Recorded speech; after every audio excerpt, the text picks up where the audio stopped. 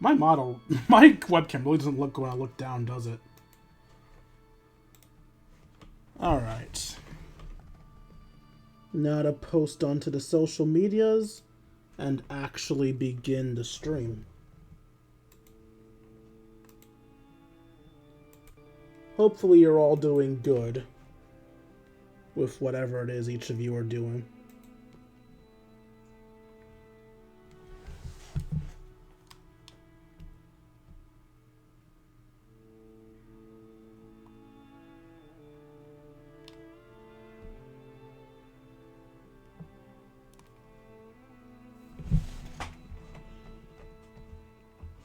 Ah, there it is. Okay.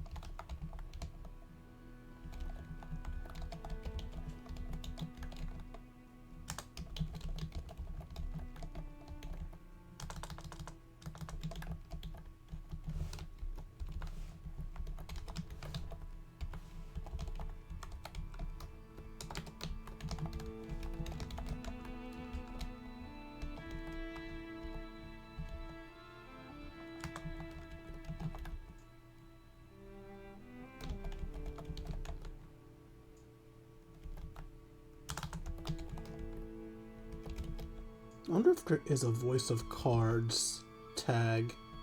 There is not. Fuck it, I'm doing it anyway.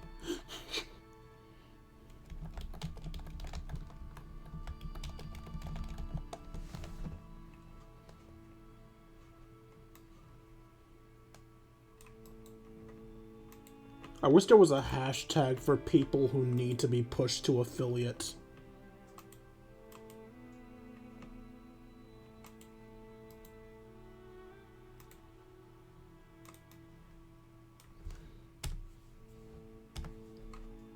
Also, to anyone who may be in the chat right now, looking at the descriptor of DnD with Cards, that's actually a rather, minimalistic description. It's not actually DnD with cards per se. It's just a tabletop RPG with cards.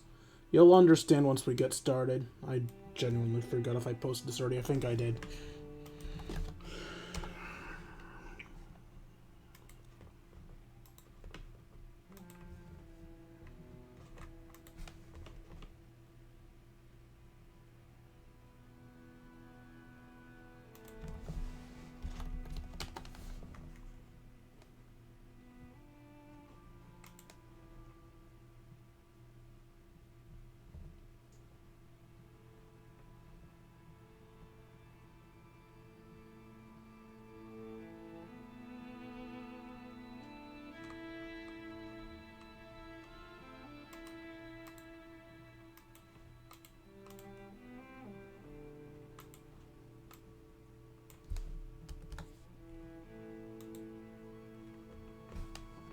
Okay.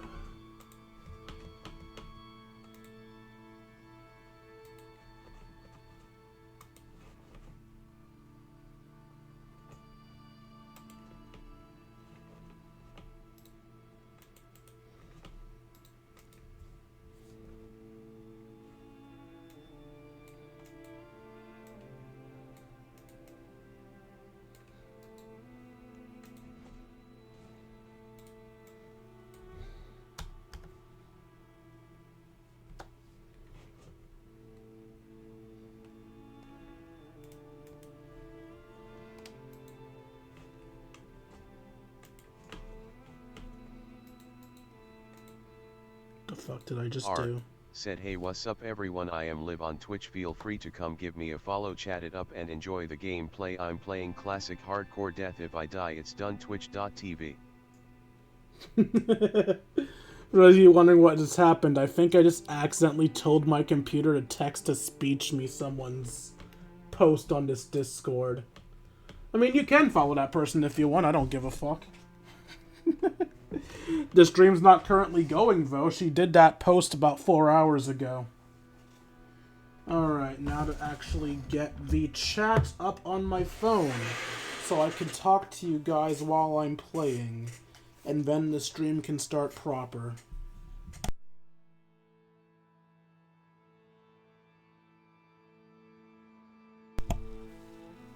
And yes, I know I could have and should have muted my phone while I was doing all of this.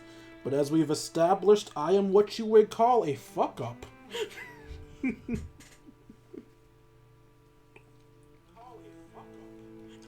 And I'm audible. Coolio. I can't really hear the in-game music, but I'm going to assume it's because it's low and that's all there is to it. Oh, fun. Somebody's doing this shit. When I saw that somebody had said words at the start of the stream, I got excited, like, oh, are people actually chatting? But no. No, it's just more bots advertising cheap views. Guys, the bots selling views never work. Don't pay any mind to them, okay? My only regret is that by killing that bot, I killed my views a little. Supposedly. Anyway. What's up, Twitch? It's your Lord and Savior King D353 here with another Let's Play. Yes, I know I have a lot of Let's Plays going on at once. I have no right making a new one, but I've been stressed and tired recently trying to make content ahead of time for my vacation coming up, and I just was not in the mood for Reborn. And while I could just play like Yu-Gi-Oh or Genshin or what's the other current one, Mario and Rabbids or WrestleQuest, I didn't feel like it. I wanted to play something for me. And since WWE 2K24 never fucking wants to work when it's time to stream it, I figured instead I would play a game series that I quite rather enjoy. I played 2 of its games in my free time, and we're going to play the 3rd game here. These stories are very loosely connected, by the way. Like, the sequel to the first game only had one connection to the first game, and that was the birth of one of the characters in it. And that was literally it. Nothing else was connected. So even though this is technically the 3rd game in the Voice of Cards series, I feel confident that I can play it without any major spoilers or any major confusion happening. So if you're thinking, wait, this is the 3rd game, you madman! Don't worry, remember how I called this stream DnD With Cards? Think of this as a DnD session. There was a D&D not a D&D session. D&D session is the wrong word. D&D module. There was module 1 that someone played at a table over there. Then there was module 2 that someone played at a table over there. And now this is module 3. These modules are in no way connected, but they are in fact modules in the same game. That's all there is to it.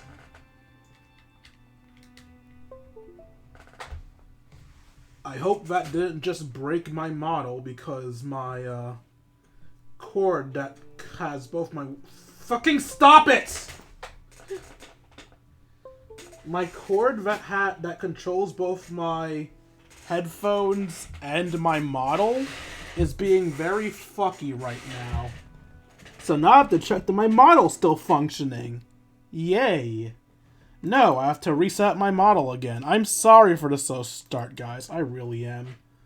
I don't want to be annoying as shit, but sometimes technology just has its issues. Okay, yeah, looks like I'm modeling again.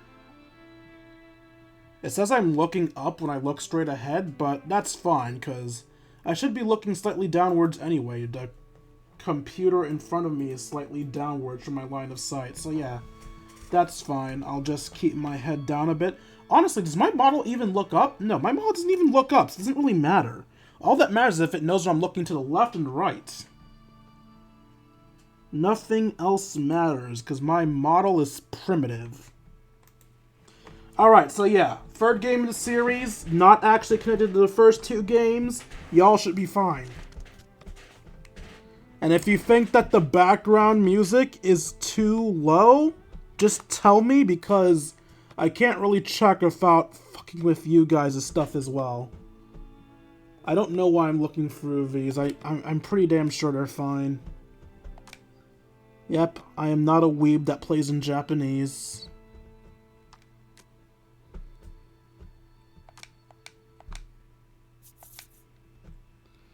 Alright, let's just go right into it. If you guys feel like I need to edit the audio quality, like increase the game's volume or something, let me know and I'll do it. Till then, let's get into things and stop wasting time.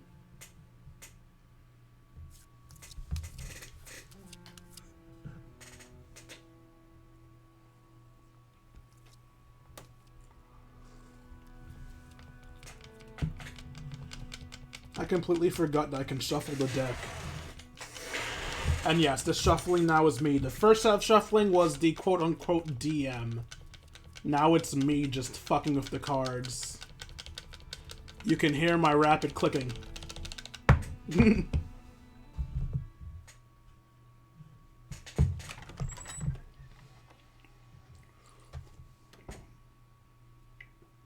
Greetings! Oh, did Greetings. I surprise you? I am the Game Master. Pleased to make your acquaintance. Let's begin, shall we? My job is to draw you into this world with my voice and cards. So I'd be very pleased if you would play with the sound on. That being said, my voice is also subtitled, just like this, for your reading enjoyment. Yeah, I'm not reading shit. Would you like to display the subtitles? Remember, you can always change the setting later. Definitely displaying subtitles. I don't know when my thing's gonna fuck up and you guys won't be able to hear it. Subtitles will be displayed. I believe in the previous games our DM was a male. Although, honestly, I don't really give a fuck what the gender of my DM is as long as they do their damn job. Remember, you can always change these settings in the options. It looks like you're all set. Well then, let's begin. Yay. Welcome to the world of Voice of Cards. You're about to embark on a journey as the hero of this tale. This realm is home to humans and monsters.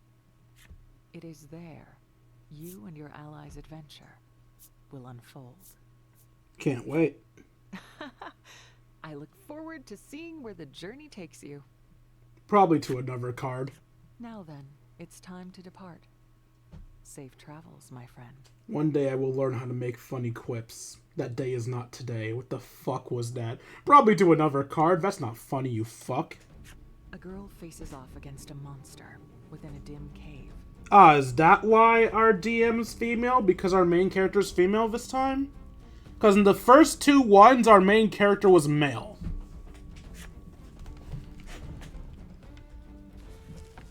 Yeah, looks like our main character's gonna be a woman this time. I'm fine with this.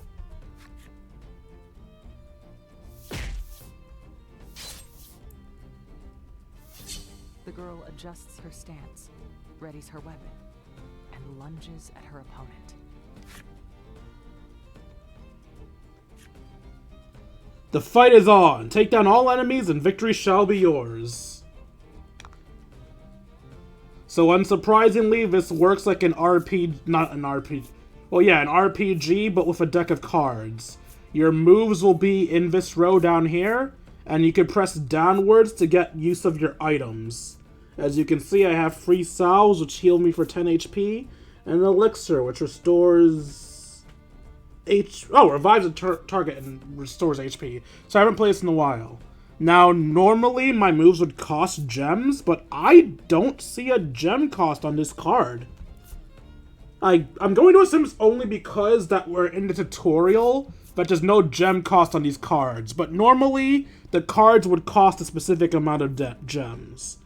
So deal damage or take half damage. Just deal damage and be done with it. 5, 2, 3, so 10 in total.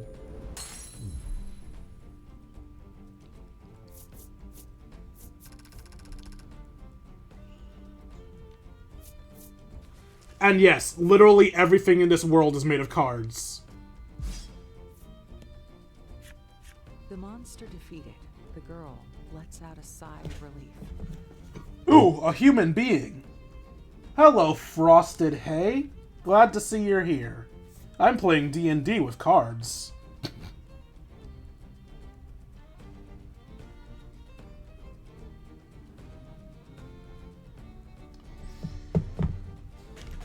She surveys the area, but sees neither hide nor hair of other beasts.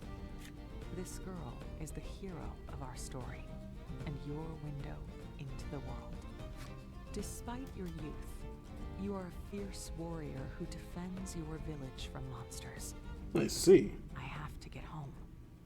Your mission accomplished, you quickly leave the area. Wait, no, don't take me out.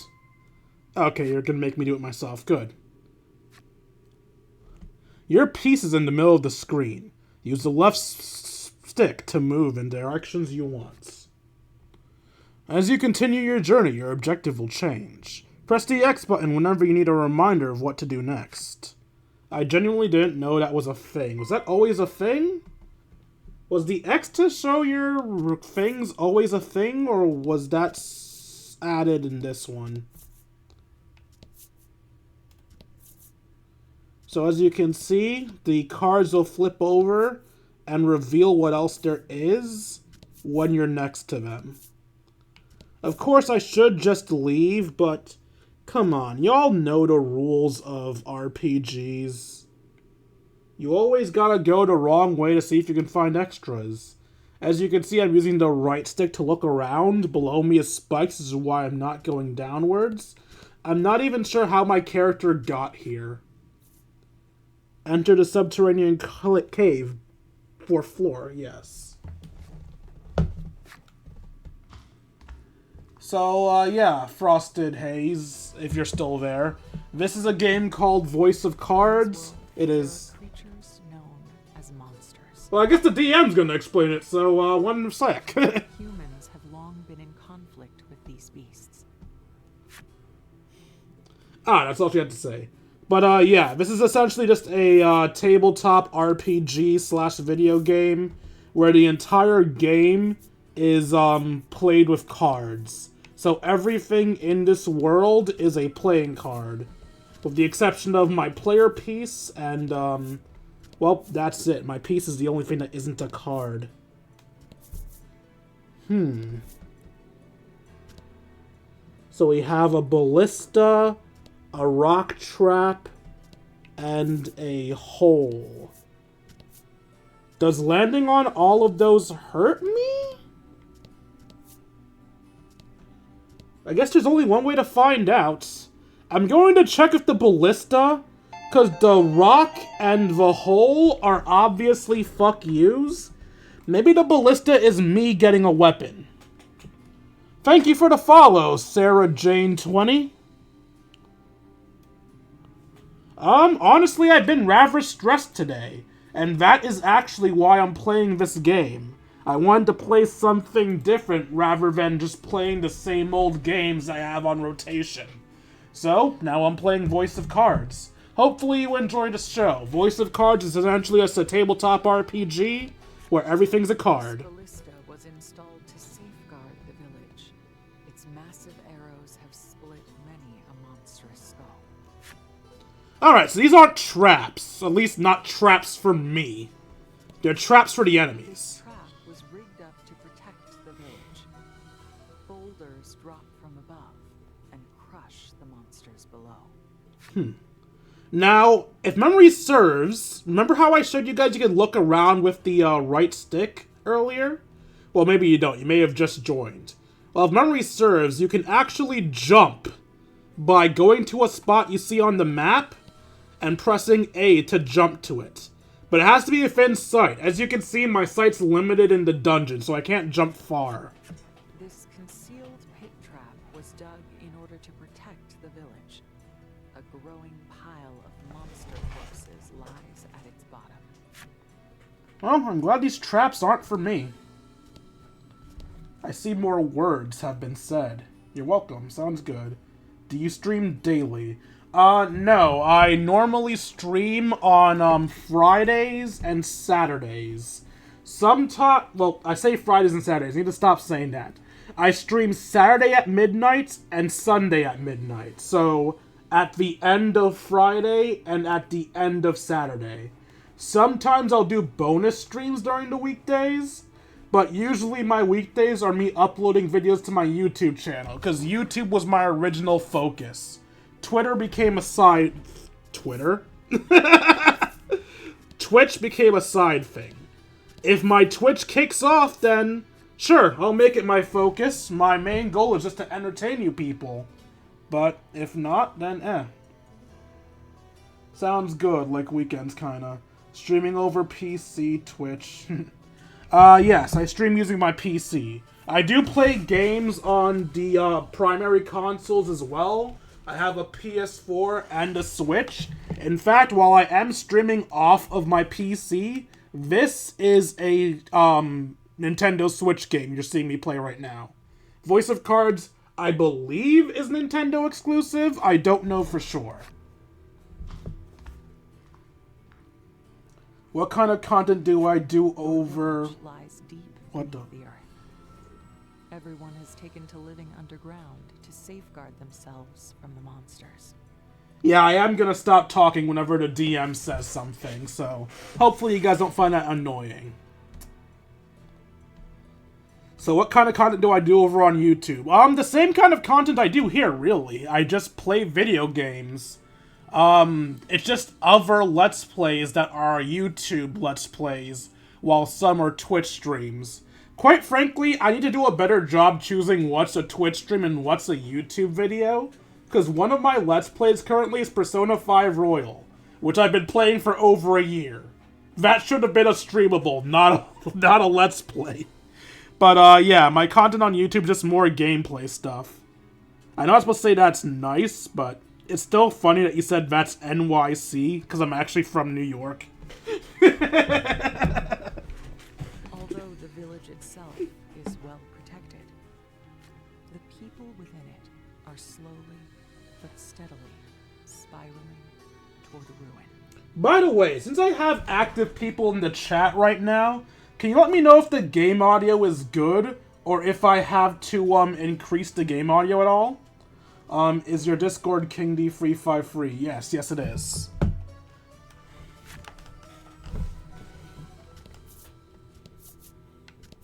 If I need to increase the volume for you guys to hear the DM or the game's background music, let me know.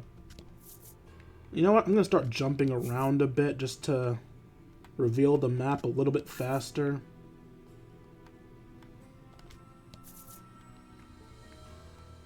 It would probably be faster if I stopped caring about flipping over all the cards, but for some godforsaken reason, I care about doing that.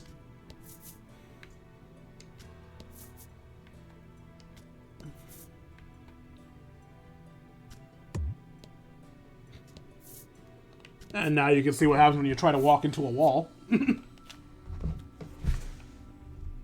It's good, but if you increase the audio, it will affect your own audio. It's fine for sure. Can you check my request there I just sent? Not sure why you randomly friend requested me on Discord, but sure. The village is the same as always. It appears the battle above has not affected life here at all.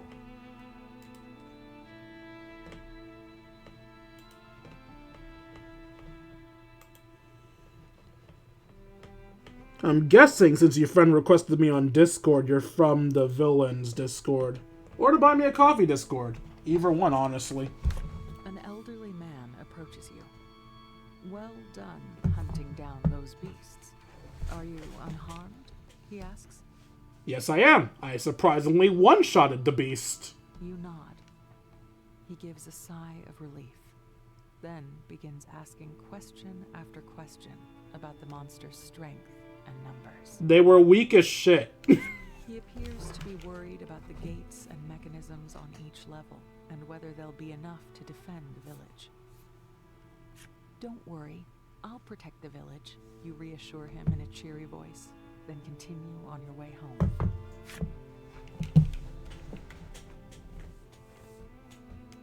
Alright, we have a village.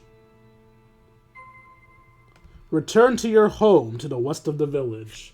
Y'all know damn well I'm not going straight to my house. Head to the card on the map with the glowing edges to continue the story. You can jump to any face-up card. You guys saw me jumping before. Use the right stick, press A where you want to jump. Try jumping to your house. No thank you. I'm gonna jump to the old man. I said jump to the old man. The old man seems uneasy.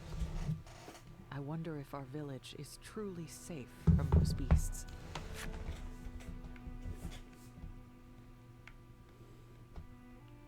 You know what? I'm about to go to sleep. Let's test something.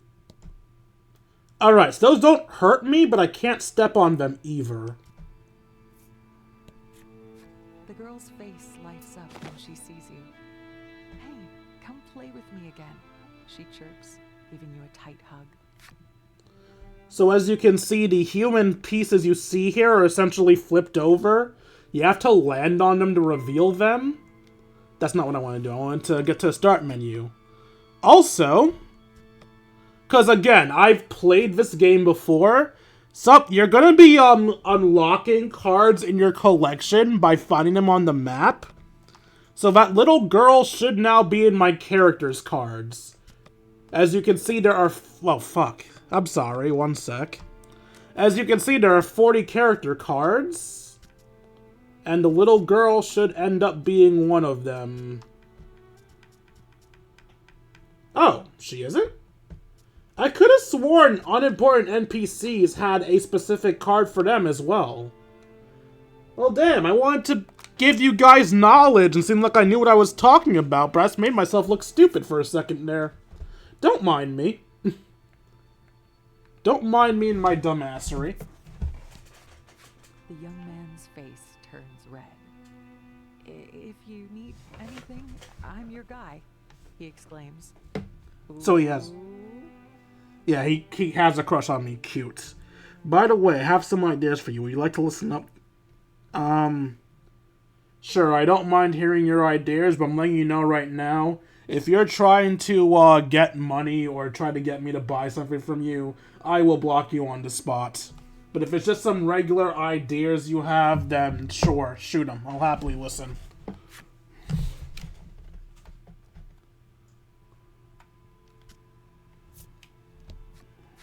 The old woman smiles gently at you.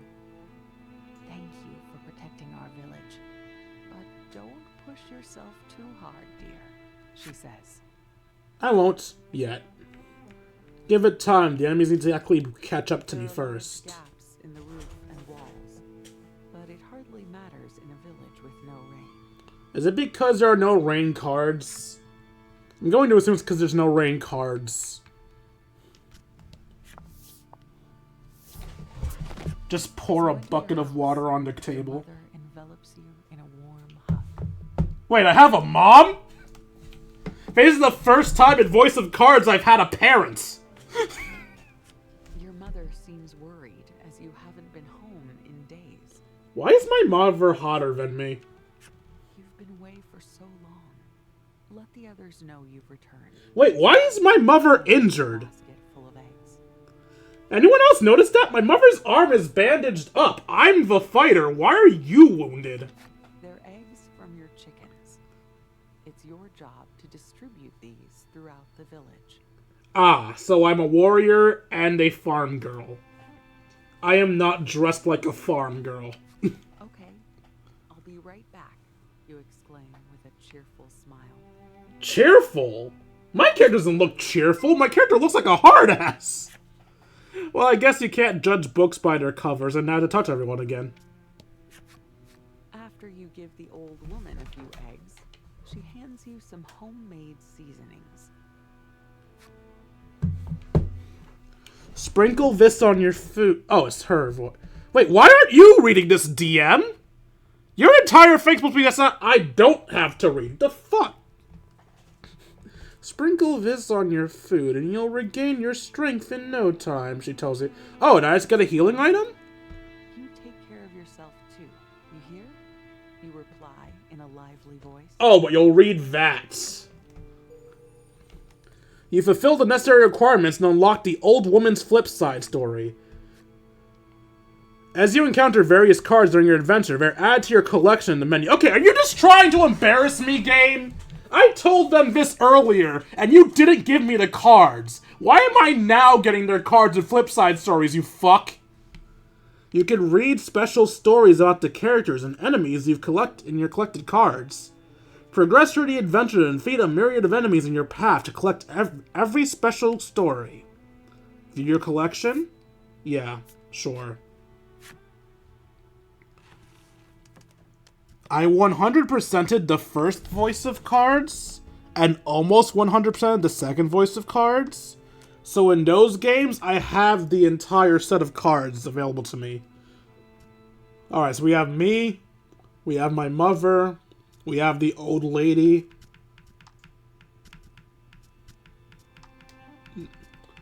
I guess the little girl and the boy who have a crush on me aren't cards.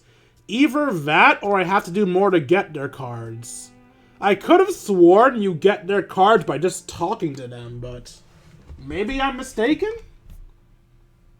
This elderly lady walks with a cane and acts like nothing bothers her, always giving her fellow villagers a bright smile. By the way, sometimes, not all the times, but sometimes, their flip side stories can be really revealing and really fucked. So, viewer discretion is advised when I flip these cards over. You never know what to expect.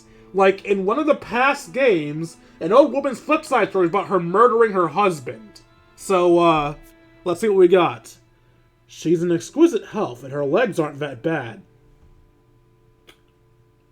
What do you mean by that? She uses the cane mostly to conserve her energy, in case monsters attack she needs to flee by herself. Okay, that was actually a fairly straightforward and not disturbing one. Thank you, game. I didn't want to hear another story about poisoning your husband and eating his body. The girl dreams of the outside world, glimpsed only in books, of all the many stars that fill up the night skies. If memory serves, your character's flipside story is usually one of the last ones you get. Her specialty is steamed potatoes. She also likes sewing and making clothes for everyone in the village. She's got skills, as you can see. Now, if memory serves, your party is usually the first page, or like the first spots of the first page. So I'm going to assume that we're either going to have as little as 5 party members, or that my mother will be joining us later on. We'll see what happens. Alright. Oh, wait, you're the... Oh, no, you're both story continuers. Okay. Just as you're about to hand the young man some eggs, you see his ears turn red, and he lifts a jar of water up.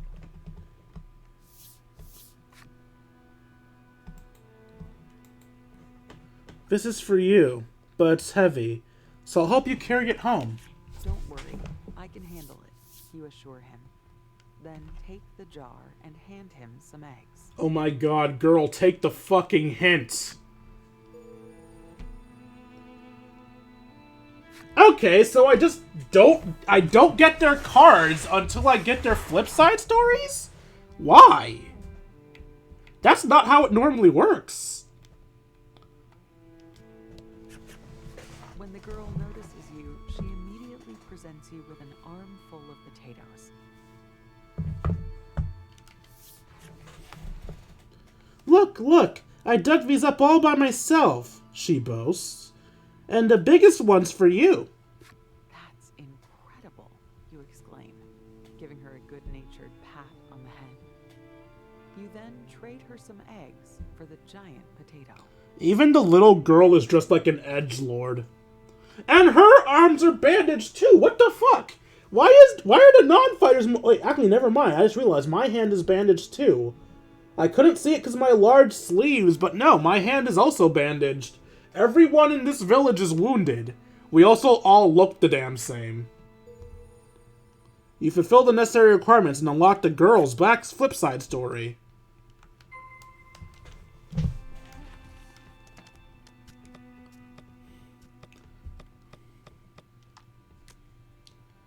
I forgot the old man was a thing. Girl. This girl who lost her sister to a monster when she was young always looks so lonely in her corner of the village. She's friendly enough, though, and runs cheerfully over if called. At some point after her sister was killed, she started calling everything that moves Big Sister. Even, for example, the very monster which took her sister's life. See what I mean? Sometimes these flip stories are depressing as fuck. There is no happiness, only pain. Young man. This young lad loves telling people he loves them, no matter their age or gender. All are subject to his loving confessions. Not a person in town has been spared of his words of love. I see why she didn't take the hint. This young lad loves telling people he loves them. He wants to make as many people as possible remember him, in case he ends up slaughtered by a marauding monster. Well, now I just feel sorry for the fucker, damn. I will remember you. Now please stop getting blushy around me. Oh, I meant to do the right trigger, not the left. You hand the elderly man some eggs, and he gives you a large fish in return. Woot, fish. I wonder how long I'll be able to catch fish like this, he murmurs, then shakes his head. My apologies, I will say no more. Why are they not voicing these lines? The elderly man forces a smile, and you give him a smile of your own. Everything will be all right, you reassure him before heading on your way. Now we have his flip side story. Sure everyone receives their eggs. You quickly head home, spoils in hand. Mom, we have an actual meal now instead of eating nothing but eggs.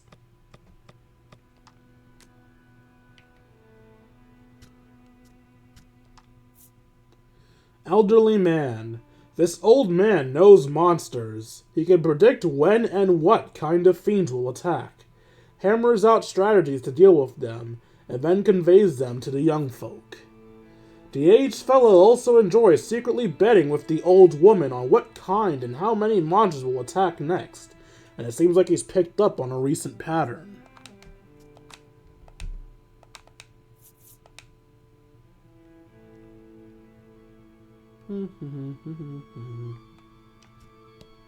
Mom, I'm home. To see tasty dishes upon the table. While simple, it is more extravagant than usual. Wait, how did you cook dinner before we swapped food? Happy birthday, dear, your mother says, stroking your cheek gently. That's right. Today is the day you turn 14. Ah, so I'm not legal. Disappointing. I mean, what?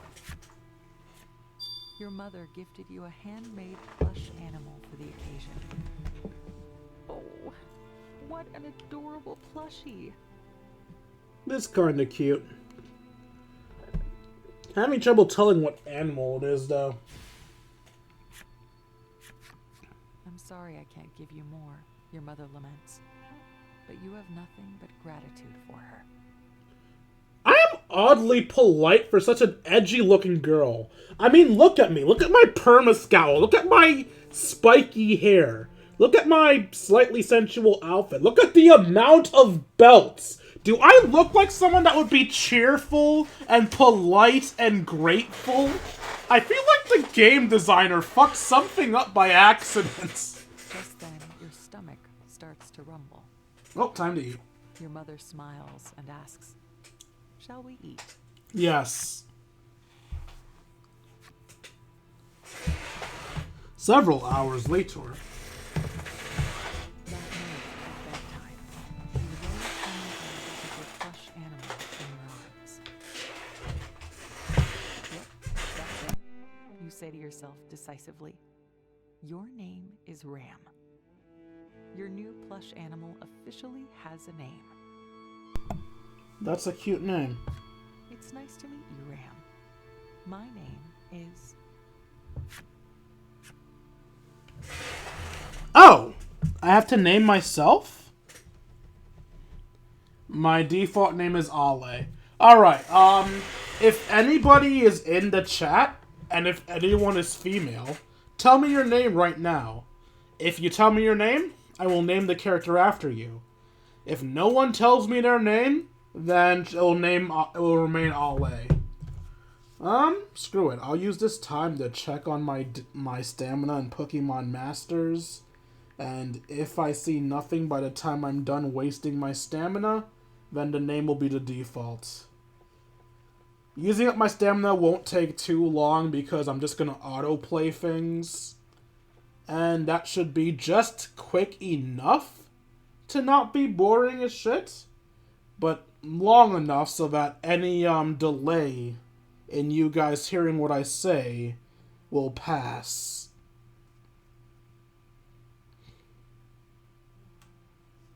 Hello, Penny Event. Skippity-doo-dah, skippity-yay. More random tickets are on their way.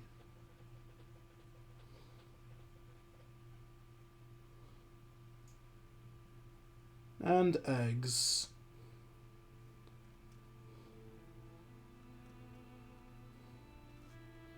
Alright, my stamina has been cleared.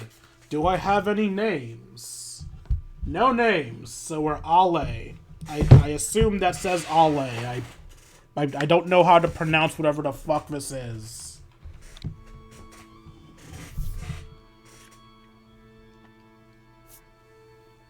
Not gonna lie, I really wanted to name her after a fan, but I guess after that person got the friend request, they decided to bounce. Or they're male. I don't fucking know.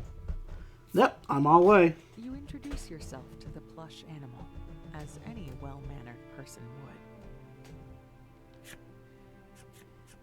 You decide to show your new friend your most prized possession. You grab the book that's always beside your pillow and flip through until you reach a certain page. Aren't the stars just beautiful? This is what the outside world looks like. I want to see it with my own eyes someday, you confess. I am way too cheerful for my design. Not long after, you feel yourself getting sleepy. A yawn, a scream, Whoops. echoes through the village. Sorry about that, y'all. Monsters.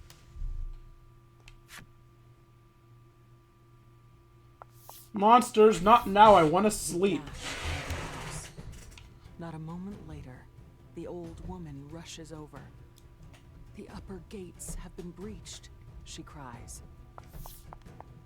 Your mother rushes over with a concerned look on her face and places something in your hand. What is that, another spear?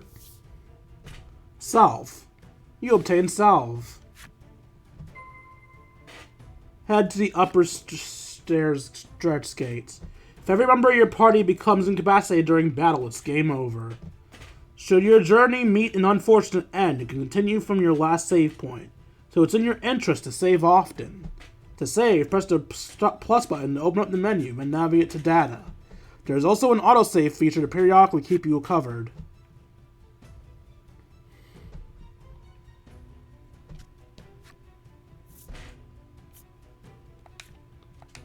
Actually, wait.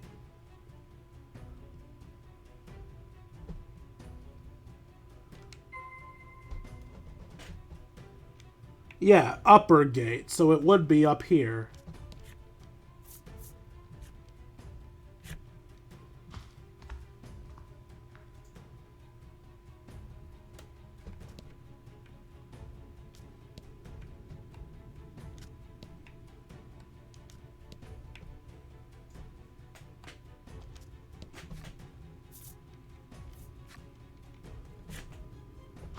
That was 5, this is 4. So I guess we're going... Okay, there we go. Before the 4th level gate, the villagers face off against the incoming beasts. It's low level beast, we can get there before they die, right?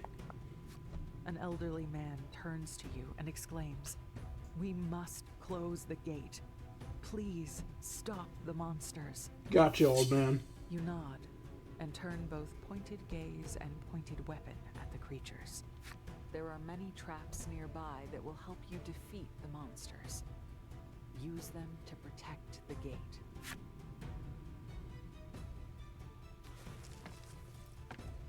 Okay.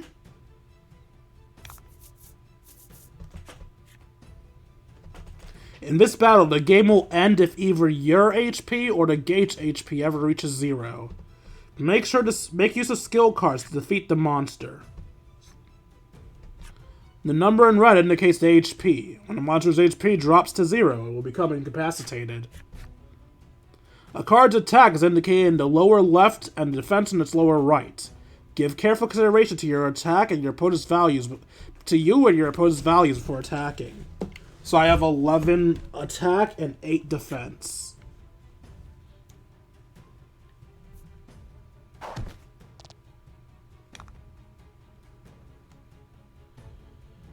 Wait, did he just deal free? Did I imagine that? He dealt free damage when he has 10 attack and the door had 8 defense. Was that just my bad vision? Why'd he deal free instead of 2? Weird. Alright, so I have slash. Add value of roll to attack and deal damage. Deal 10 damage. Deal damage to all enemies. Take half damage. Damage to all enemies won't kill them. Let's deal a flat 10 to the turtle.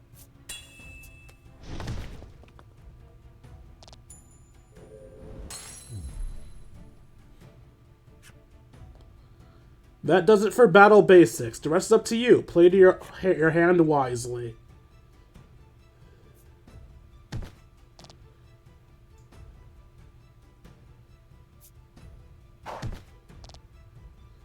Well, you did 2 that time. Add value of roll to attack and deal damage. We'll do that to... Actually, it doesn't matter who I do this to. Either way, they're gonna die. We'll do you, because this is going to be an auto kill. Free. So that should be 11 plus free, right? So 14.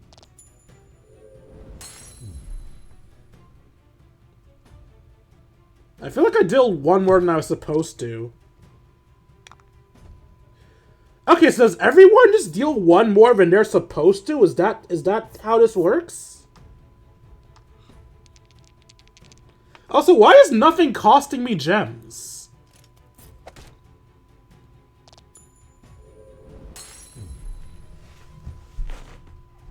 That's how it's done.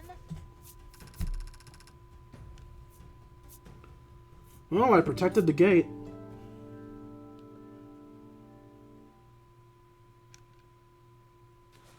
Only HP and attack, huh? Okay. You defended the gate splendidly. Thank you. Once the battle is over, the villagers tell you that the upper levels are in danger. So you make your way up. Head to the Be Free gate. When you're low on HP, open the menu and select Owned Cards to use a recovery item. View your cards? I'm pretty sure I'm fine. I'm packing how much HP currently? 20 out of 20. Yeah, I'm fine.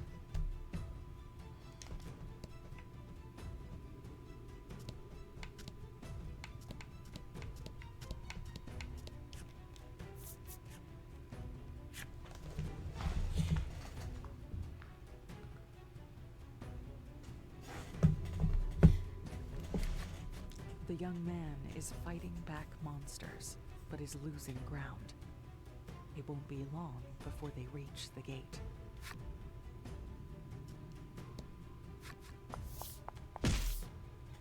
I'll fight them off.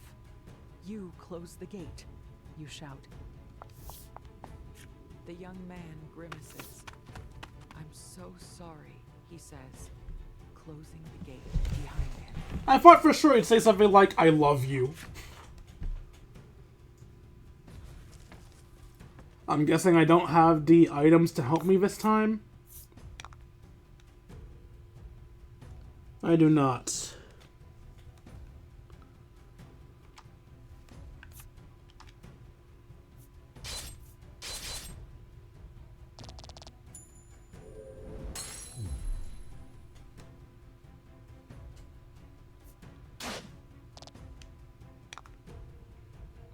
Okay, I really don't get how the damage in this game works. Like, look here. Okay, I do 12. He has 3. I should deal 9 damage here. Okay, that did more because I critted. That was actually 9 to add up to. But am I just imagining things? You guys do notice when sometimes it just deals 1 extra damage for no reason, right? Like, I'm not going mad, am I? You manage to defend the gate, but see the old man from the village approach. Wait, what? Blood oozes out of a gaping wound on his back. What? The fiends at the gates were the decoy. The fiends at the gates were a decoy. The village. You rush to his side and check his pulse, but he doesn't have one. But the village, you gasp out, your heart trembling in anger and unease. How did anything even sneak past us? There was literally nothing but a straight path. The old man has already breathed his last. I'm surprised they didn't wait till now to show us his flip side story. Because when cards have alternate arcs, like being dead, that's usually what you see on their flip side. But no, the old man doesn't have to have a dead flip side. Maybe they thought it would be too obvious if we didn't get his flip side?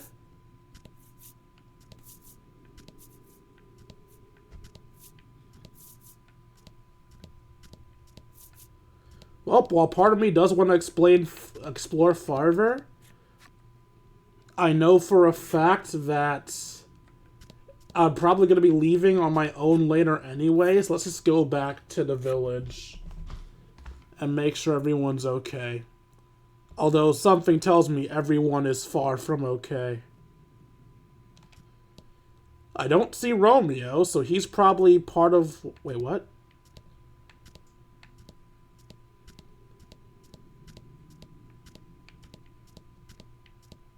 Oh, right, that's not the gate. That's...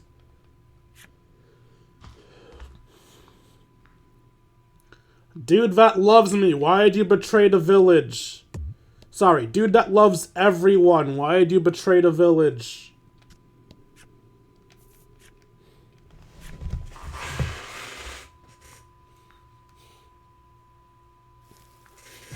Pebbles patter down on you from above. When you look up, you see a giant hole in the ceiling. You wonder if that's how the monsters got in. Oh. No. Your mother. Is she safe? So he didn't betray us. Speaking of him... The young man has already breathed his last. No longer will that cheerful voice ever call out to you. Aw, but I loved him. Oh god, they killed the little girl! The girl has already breathed her last. No longer will you feel her little hand hold yours. Oh, that just hurts. You can see a broken desk and bed peeking through the destroyed wall.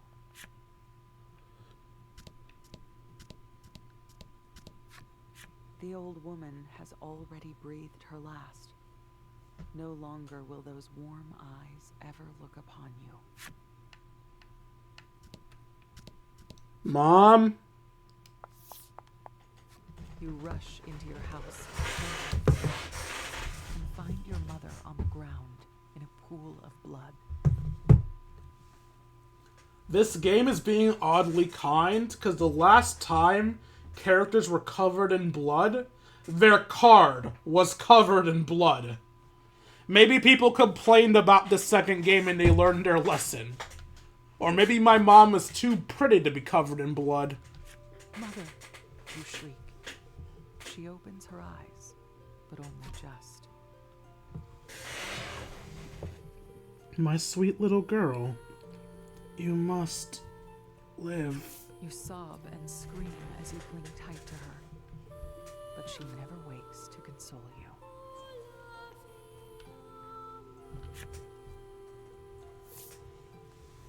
Ram lies among the rubble, tattered and frayed. It is beyond repair. Your screams are the only sounds in the village that once hummed with life. Just then, a monster with a wounded eye appears. I found a survivor. As the monster shouts those resentful words, it lunges at you. I'm gonna enjoy this.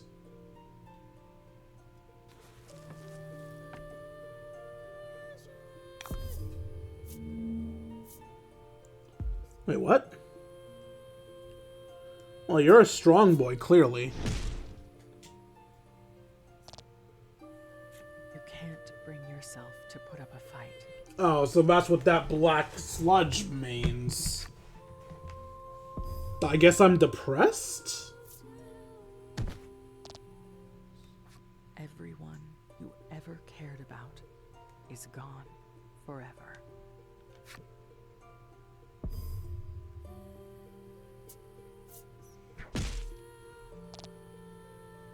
The monster roars with laughter. Is this all you sub-Terran worms can do? It taunts.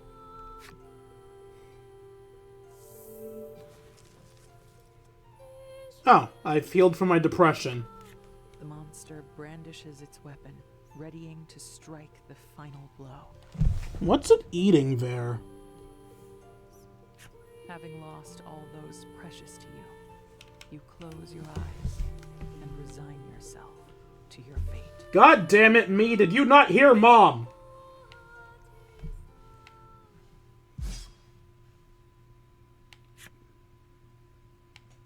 When you open your eyes, you see the gravely wounded beast on the ground. You also see a boy, who you assume is the one who struck down the monster. You okay? He asks. No, I'm not. You're absurdly late. In a faint voice, you ask him who he is. I'm here to save you, he answers as he helps you to your feet. Come on. This place is about to collapse, he says, then pulls you along. Maybe it's the shock, but you think you hear Ram, crushed under the debris, whisper, "Go." Not gonna lie, I totally thought Ram would come to life and be my guide in this journey. Mysterious boy has joined your party.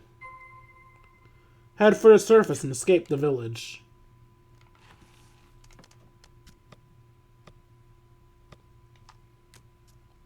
So what are we all working with anyway?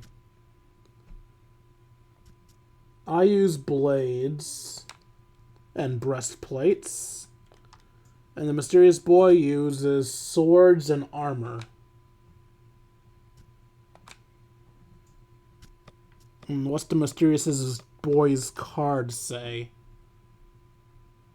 I guess I don't have his card yet, because in this game, for some reason, you don't get people's cards when you talk to them for the first time. I swear to God, that's how it worked in the other games. I'm not losing my mind, I don't think I am.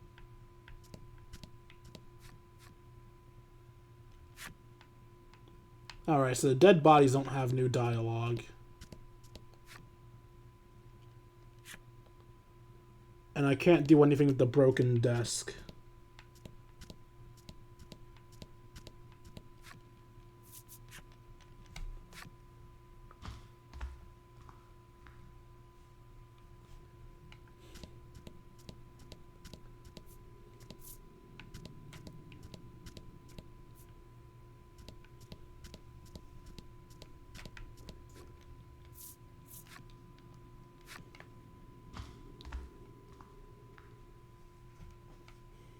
Your home, your village, your family. Memories of your life underground flood your mind. You remember the old man, who was such a worrywart, but only because he loved the village more than anyone else. Oh, fuck. Remember the little girl who always asked you to play with her? Please don't. I don't know why, but the tarot cards hurt so much more. Unreliable, but undeniably kind-hearted young man. Hurtful? Not as hurtful as that, no. You remember the wise old woman who taught you all manner of things. Your heart aches for your mother, who loved you more than anyone. My sweet little girl, you must live. Ugh, God. Why does the ripping of the cards send shivers through my soul? You fulfilled necessary requirements to unlock Guard's mother's flipside story. I'm guessing Guard is Alay. Why was she the village's only guard anyway? Alright, Mom, what secrets are you hiding? Until she became pregnant with her daughter, she was the strongest warrior in the village. And those skills of hers can be seen in her daughter's strength, too.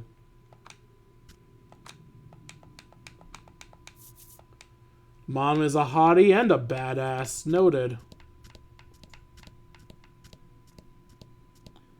This village seems to be all about girl power, with the strongest people in the village always being women. Maybe that little girl would have been the next strongest person had I not gotten laid. I mean, if I don't get laid. If I did... Point is, that little girl probably would have been the next strongest warrior after me.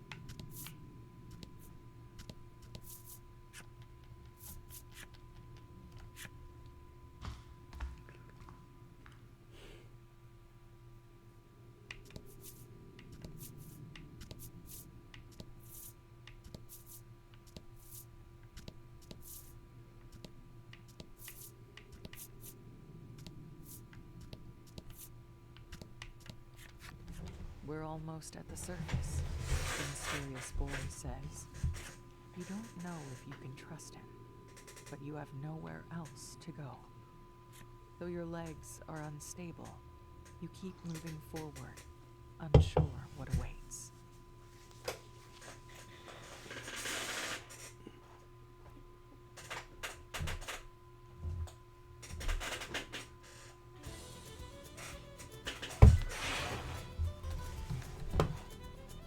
Did it really take me an hour to reach the intro?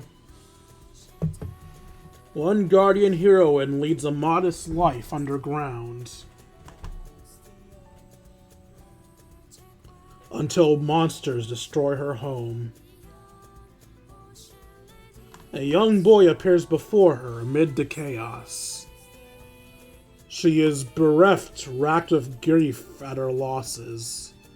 The boy takes her hand and guides her above ground.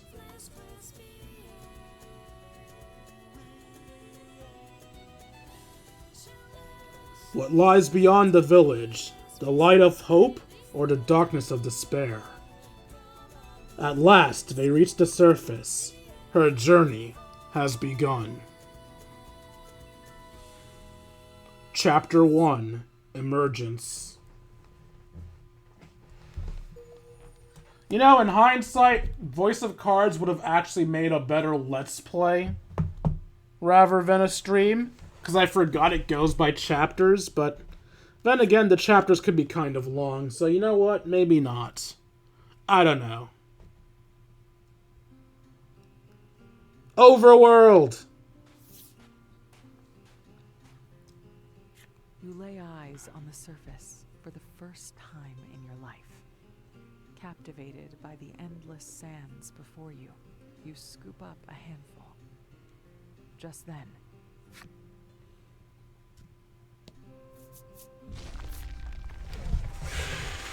the passage leading to your village collapses. I guess I'm not going back home. Your family, friends, and even Ram are all buried in the sand now. You fall to your knees, overcome with grief. The boy stares at you, watching as you sob until you can barely breathe. Once you've calmed, he speaks. "Let's go," he says, then begins walking.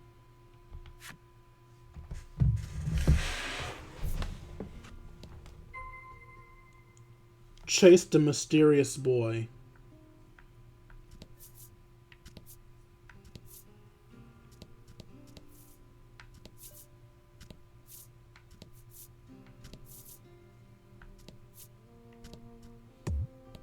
You can't cross quicksand on foot.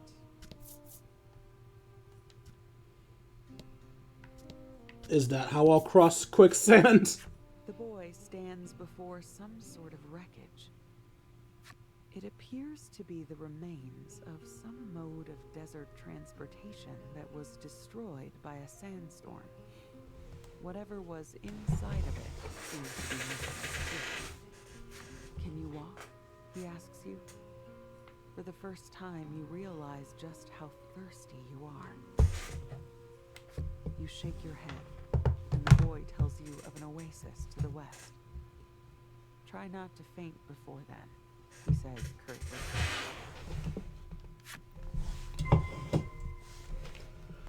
Head to the oasis to the west of the subterranean village.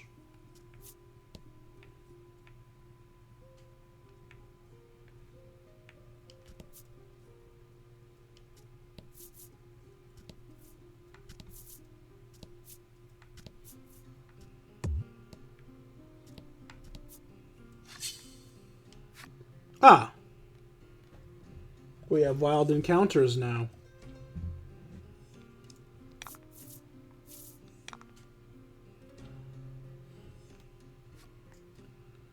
Select items with the Y button. Make sure to use them when you need them.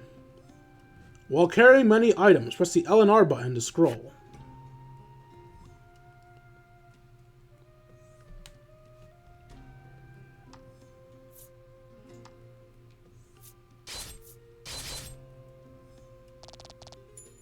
The fact that I kill meant I did more damage than I was supposed to. Oh shit, I just realized how hurt I am.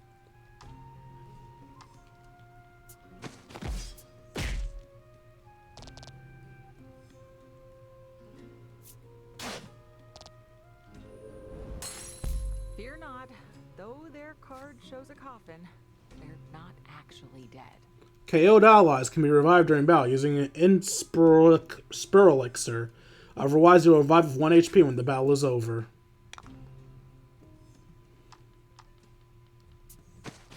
Yeah, I didn't notice that I had 1 HP left. I completely forgot that I got slaughtered that last battle. So I'll go ahead and heal myself now that the battle's done. Actually, I don't need to heal myself. The game just healed me.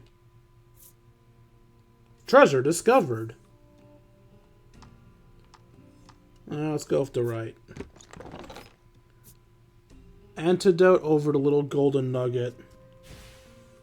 Not the best pick, but it works well enough.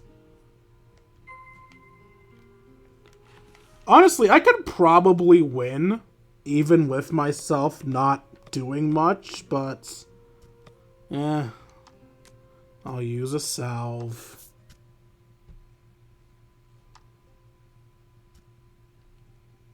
Alright, I forgot. I leveled up, so I healed.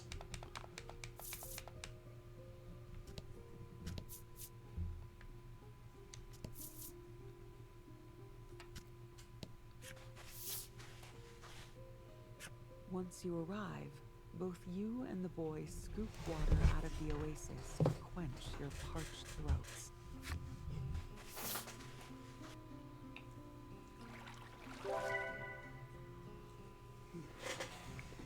Your HP is fully restored. It already was. You swallow, hoping to ease the dryness in your throat, and cast your hollow eyes at the sky. I can't see the stars, you murmur. Of course you can't, he replies. The sun never sets here. In a world without night, stars are merely a thing of fairy tales. When you ask the boy where he's going, his answer is short. To get revenge. For who? Revenge. A darkness finds its way into your once hollow eyes.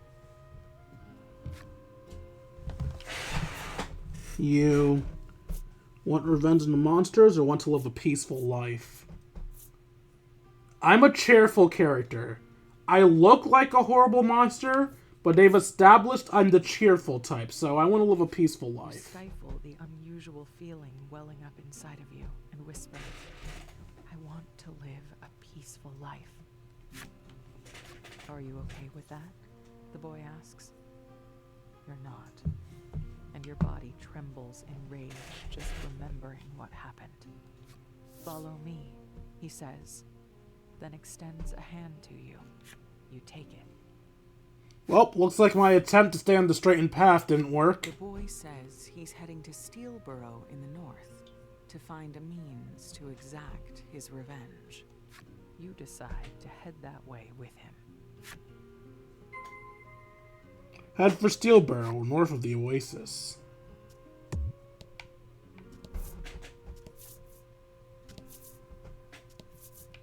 Oh, wait, treasure chest. I'll go back again a bit.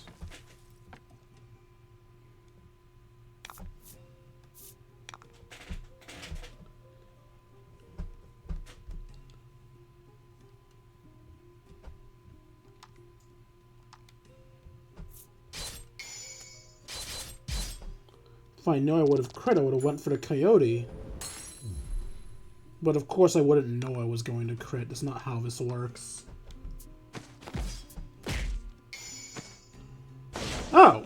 2 crits. Nice.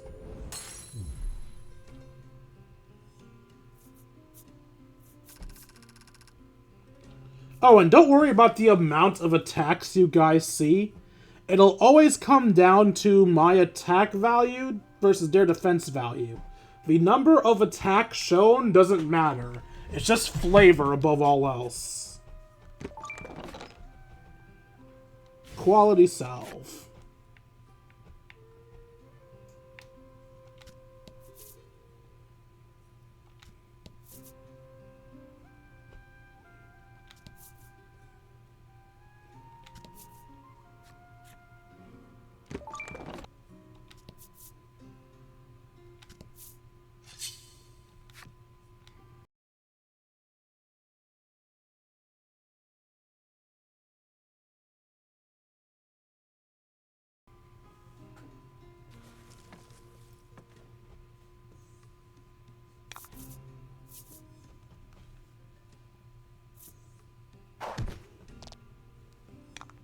Okay, I'll attack the slime and I'll leave the bumblebee to him.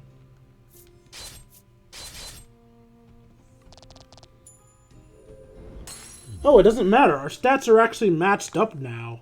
He has more HP, but our attack and defense are matched entirely perfectly. Does he somehow have a higher crit value than me?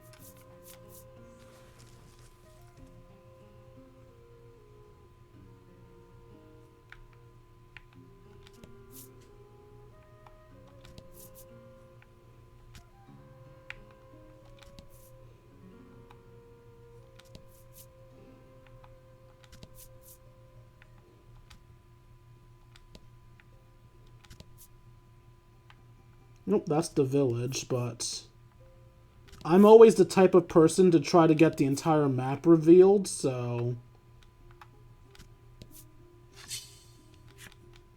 And I don't mind fighting extra enemies, just more experience for me. Battle time. And an easy battle, too.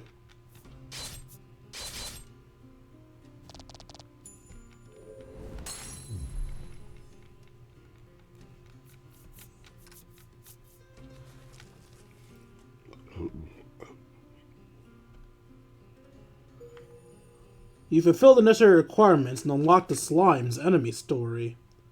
You get enemy stories by killing enough of the same enemy type. So while you don't have to, per se, if you care about 100%ing, it would be helpful to keep fighting the same enemies over and over again to get their stories quicker.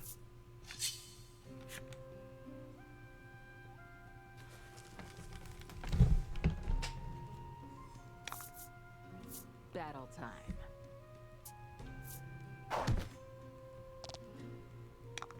Jerk.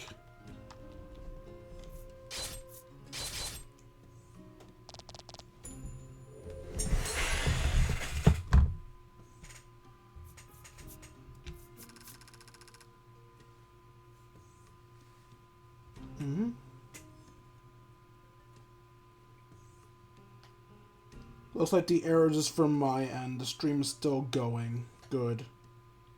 As long as the stream's still going, I guess it doesn't matter.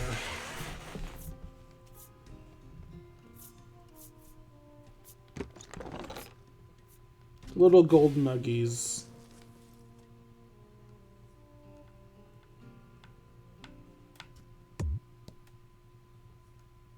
Ah, right, that's quicksand. So yeah, now we can go to the city. There's nothing else to explore in this main world.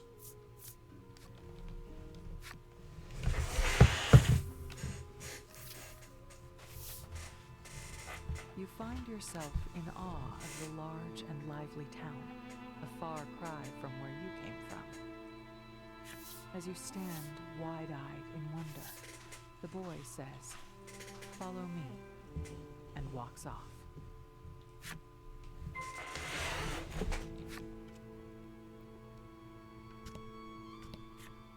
Steel boats are lined up before you.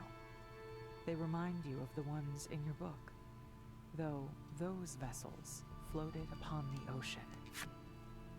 Oh, so is this world going to be a land of sand? The boy sees your eyes darting about and laughs. What? Are you a country bumpkin or something? Well, fuck you too, kid. Country bumpkin. You repeat his words curiously. You can't be serious, he exclaims in bewilderment. It's been so long since I played this game, I don't even remember which shops are which.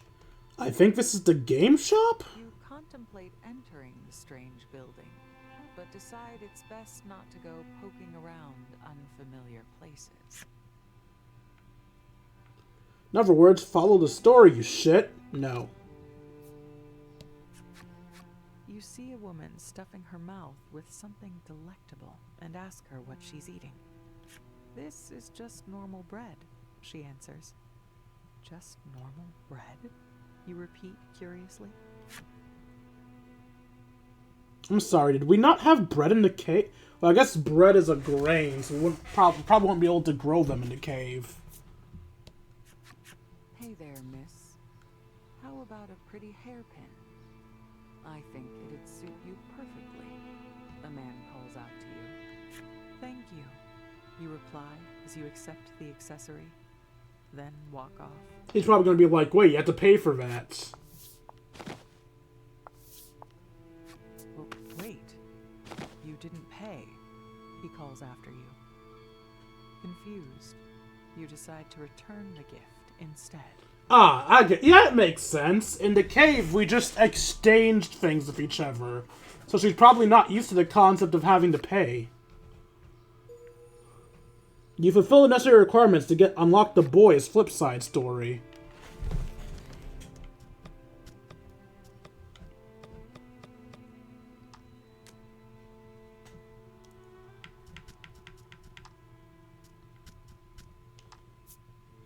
Oh, now we unlock their cards by just looking at them. Stricken with bedhead, shirt untucked. Maybe this fellow's disheveled appearance is why he's so unpopular with others? Something about his untidy look and hapless smile seems to arouse the maternal instinct that makes him a hit with women. He's stolen away his fair share of lovers. Okay. It was 10 years ago that her son went out to defeat the monsters. Nonetheless, she prays every day that he lives.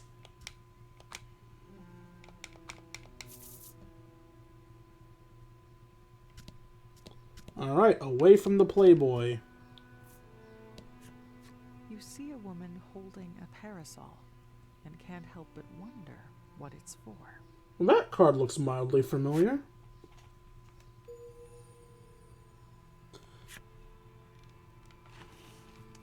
Alright, and since I'm in a cave, I don't know what the sun is or what rain is, so I wouldn't know what a parasol is for at all. Probably don't even know what a parasol is.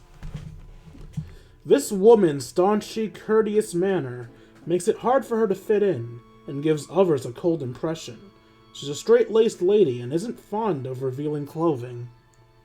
She worries that being shy and anxious around others is why she cannot make friends in town. She constantly practices casual conversation in front of her mother's grave. Personally, I like shy girls. Slime. What thoughts does a slime think? Has it a capacity for intelligence? Or emotions to begin with? None are privy to the goings-on inside their gelatinous bodies. Slimes are, in fact, extremely sensitive creatures who grieve each and every last one of their senseless slaughtered brethren. Naturally, they develop an innate hatred for any and all adventurers.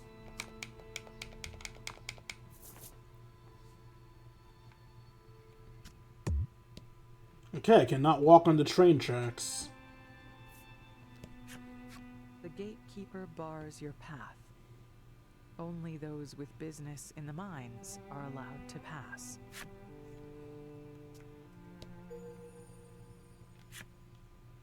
Okay, why did that give me his flip side story? Shouldn't the point where I can pass him be where I get his flip side story?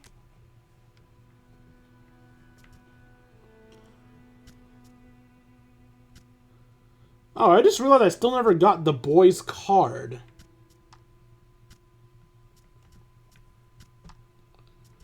The fact that I still don't have his card means I have no clue how big my party's going to become. I believe normally your party's at least 3 people. Usually 4. Usually 4 with the ability to swap somebody out. What's going on? I think my controller is having a conniption.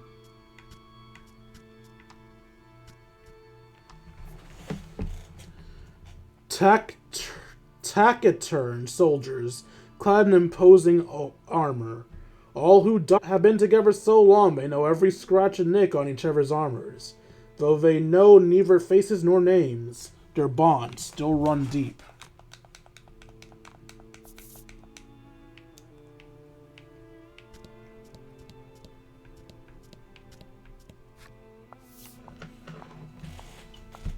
You finally catch up to the boy, apparently tired of waiting for you.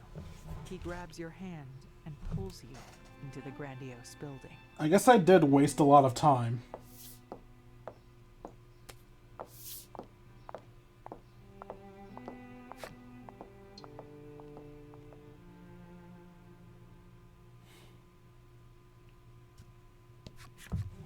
In front of the boy stand several masked elders. I brought her, he says, briefly introducing you. Very well, you may go, they tell him curtly. As he passes, he whispers to you that these people are members of the town's governing body, the Senate. We are the ones who told him to bring you here, one of the senators explains in pompous tones. It appears, for whatever reason, they have need of you. Talk to the senators. What if I don't want to?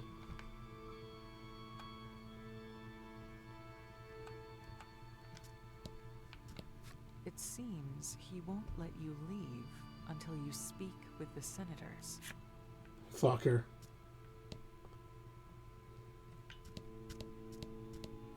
Fine, I'll speak to the suspicious old men.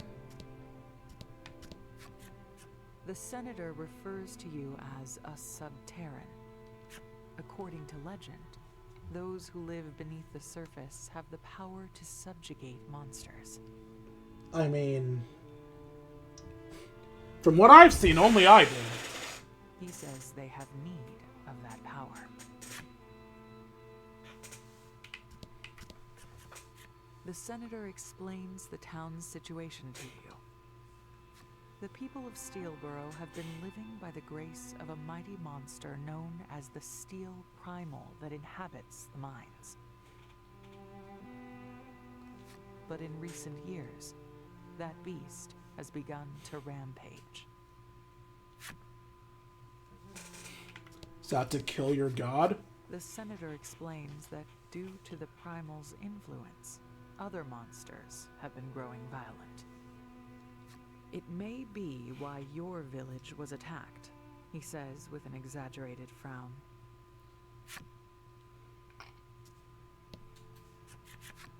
The three senators ask you to use your powers to subdue the Steel Primal.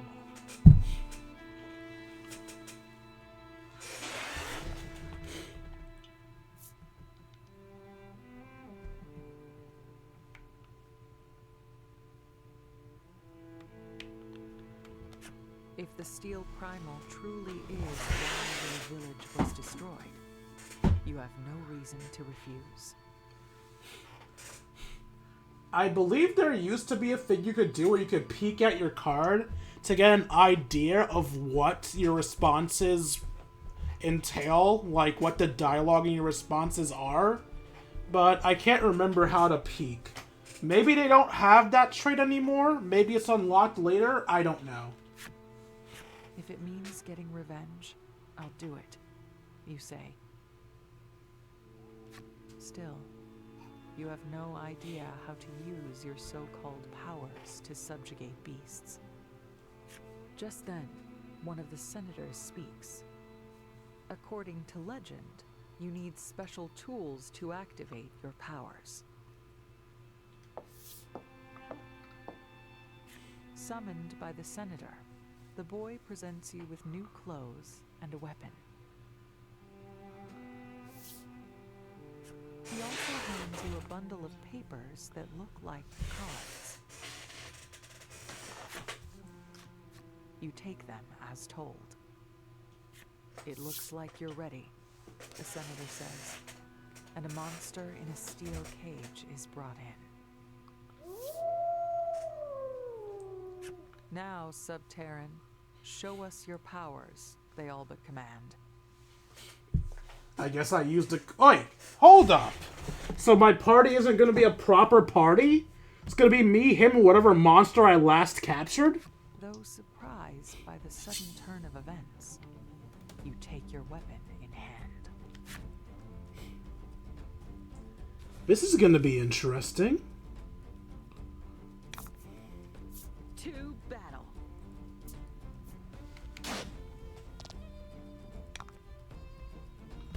Fucker hit like a truck.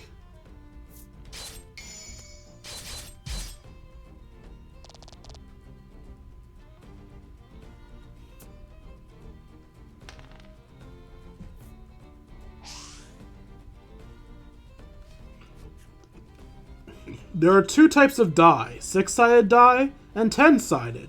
Which one you roll depends on the skill. That's a 6... Oh, they're showing both, actually. 6-sided die are used for skills that deal additional damage.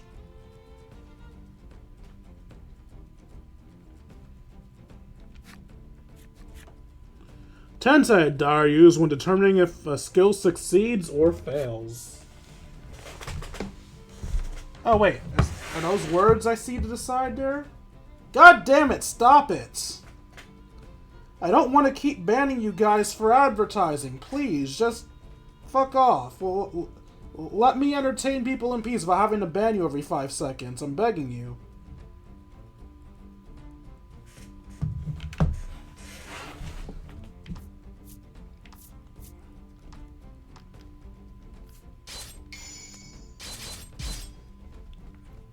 I am getting so many crits.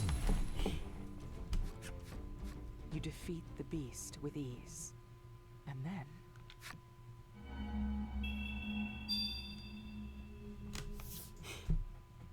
the cards you were handed earlier begin to glow, and the light envelops the monster.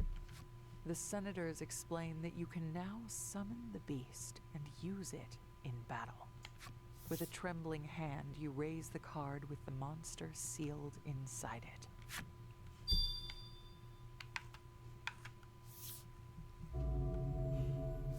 Chomp. Oh, I can summon it to deal an attack. Legend, the senators exclaim with joy.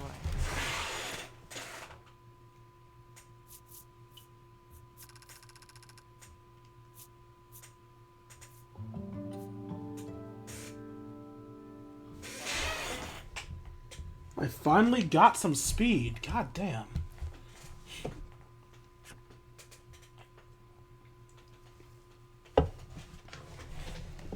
You can now seal defeated monsters in cards and summon them during battle as monster cards. You have a chance to acquire monster cards when you win battles. Additionally, certain monsters are available for purchase from Specialty Shop. You affix your gaze on the card. If only I had this power before. My village wouldn't have. Having witnessed your power, the senators order you to make for the mines northwest of town. Oh, I'm in a dress now. I never noticed I was in a dress. It's much better than my belty stripper outfit before. One of them hands you some money for your journey. Seeing you gaze at the money with a curious expression, the boy explains. Above ground, we use this to buy things and pay people to work. Having lived your whole life beneath the surface, you don't quite understand the coin he's given you. But you can tell it's not much. 300 gold. The senators then summon the boy and give you both an edict. Defeat the steel primal in the mines and seize its power. With that, you and the boy make your way toward the monster's den. Head for the mine to the northwest of the Steel Burrow to defeat the Steel Primal. I'm going to assume that now that I have money from the Senate, I can actually go into stores. Oh wait, can I buy the hair clip? To set off toward the mines and defeat the primal. But I have an errand to run, the boy tells you. You can do some shopping while you wait. And without further ado, he walks away. Mysterious spoilers removed from the party. Damn it, I wanted to check to see if I need a weapon for him. Having never gone shopping before, but with nothing else to do, you set out in search of shops. Enter the town's establishments. Lucky for you, there are all sorts of establishments in town to support you on your adventure. Would you care to have them explained? Sure. This is the inn. Rest here to recover your party's HP. This is the armorer. Here you can purchase weapons and armor to help you endure the dangers of battle. This is the item shop. You can buy many useful items for your adventures here. This is the pet shop. Buy domesticated monsters here to use as skills. This is the game parlor. Come here to play some card games and need a break from your travels. That about sums it up.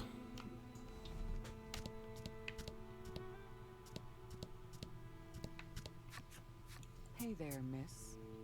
How about a pretty hair? He seems to be some sort of merchant. Knowing that you cannot waste your precious money, you scurry away. I was actually hoping I could buy the hairpin, but I guess I can't. Alright, that's the inn, that's the armory, that's the potion shop. This is the game shop. If memory serves, you can actually earn things from the game shop. And that's the pet shop. Let's see if we can afford a pet. You enter a store and see dozens upon dozens of monsters. You quickly ready your weapon for a fight. Just then, the shopkeeper rushes out. "Stop," he exclaims. "Wait." He claims that the monsters are for sale. Upon closer inspection, you realize that they are bound by chains. You can keep them as pets, put them to work, or cook them in a stew. The possibilities are endless. So, would you like a monster? Something about the conversation leaves you feeling icky, so you turn to leave. But you realize that you could harness your subterran power to control the monsters. After you enter the shop, you realize you have no clue what to do next. Not long after, the shopkeeper comes over to speak to you. You tell him that you don't understand how shopping works. Though initially surprised, the man patiently explains all you need to know. He then asks if there is anything you would like to buy, and shows you his wares.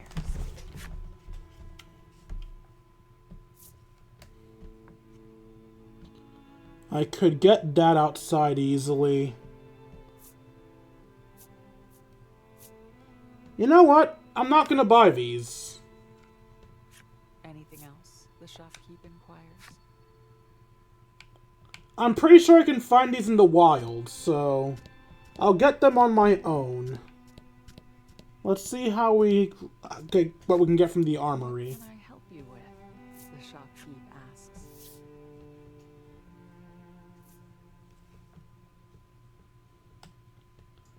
So that's my starting weapon, I'm pretty sure. 3 damage and 1 speed. That's his starting sword. That's what I assume is his upgraded sword, which gives him a defense and...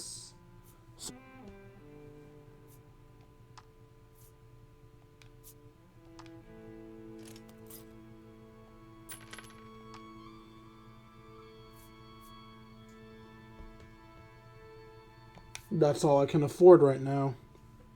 Anything else? The shopkeep inquires. Weapon and armor cards will display their effects when you equip them to characters. Open the menu and select equipment to make sure your party is ready for battle.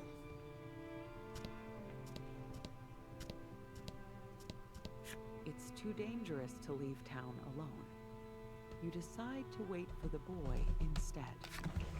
Are those words I see there? No, those are just... Well, those are words. It's not the words someone chatting. Isn't the city great? The boy asks, beaming with pride. Your head tilts almost of its own accord as you turn the word over in your mind. City? City.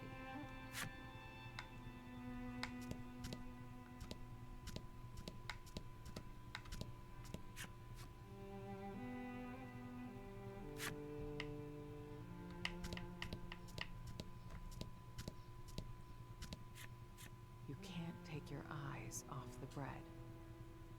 You're not getting any. Run along now, she says, shooing you away. Wait, did she always have that knife out? I guess I have to enter all of the shops. What can I help you with? The shopkeep asks. Salve, anti-potion, curative, defroster, unsealer, dispeller, pepper upper, inspire elixir, bomb, smoke bomb, bellwether, bill of good... I don't remember this one. 70% of discovering a treasure chest upon victory. Oh, that's kind of cool, actually. Interesting. Yeah, I tend not to buy items, because I'll usually find what I need in the wild.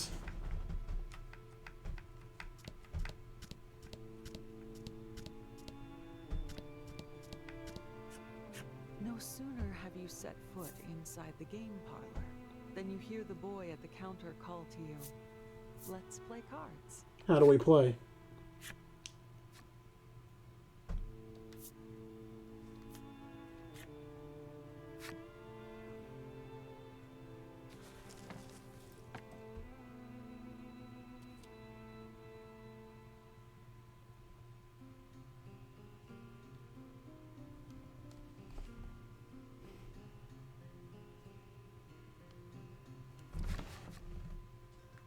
The goal is to use your cards to get more points than the other players. You get points by arranging your cards into sets and matching cards or consecutive straights. Try making a set. When the game starts, each player is dealt their hand, one card at a time.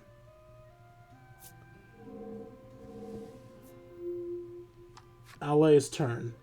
Then everyone takes their actions in turn order. You're up first. Draw 2 cards from the deck. Now you have 3 cards in your hand. Select 2 that have the same number.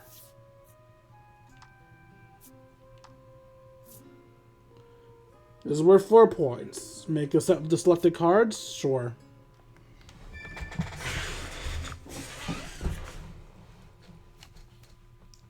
When you make a set, you earn points equal to the sum of the numbers on the cards.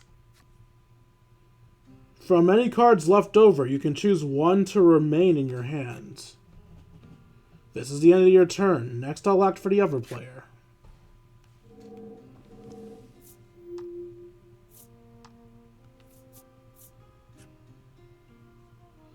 I don't have any cards that make set. When that happens, you have to discard all but 1 card from your hand. Discard until you have 1 card in your hand. Discarded cards will be there. Now I can take his ace. It's your turn next. Let me take this opportunity to explain the play screen. This is your player card. That's where you can see how many points you have. The sets you've made are here. You can have up to 3 sets at any one time. You can see what you have left in your hand here. The pot is at the top. Any player can use the cards when making a set. The cards remaining in the deck shows how up your left. When this reaches 0, the game is over. And that's the play screen. Let's return to the game. I believe it was your turn. Draw 2 cards from the deck. Try making a set from the cards in the pot and what's in your hand. You can make a set up to 3 cards of the same number. You have 3 A's, so try making a set.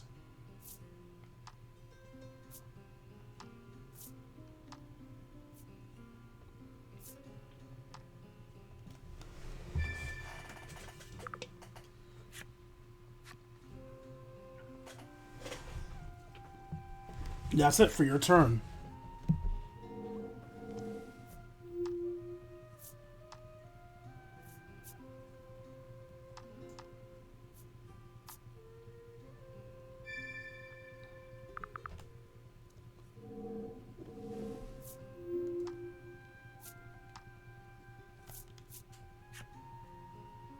By the way, you can also make sets from cards with consecutive numbers on them.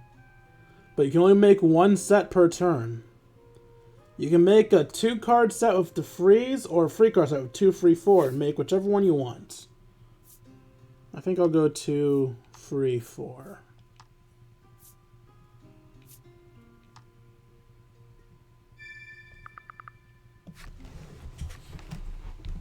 Remember what I told you about sets. You can make sets from 2 to 3 cards the same number, or from 3 consecutive numbered cards. But you can only make 1 set per turn, and you can only have up to 3 sets at a time. When you make a 4th set, you'll have to discard one of the sets you already have. That's it for the basic rules.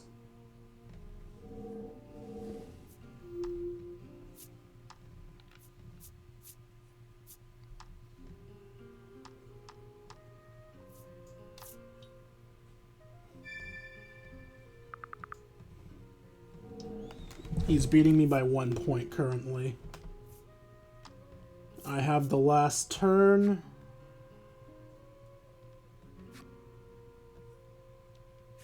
Let me explain the menu field. Bring up the menu with the plus button. There you can look at the rulebook or decide to abandon the game.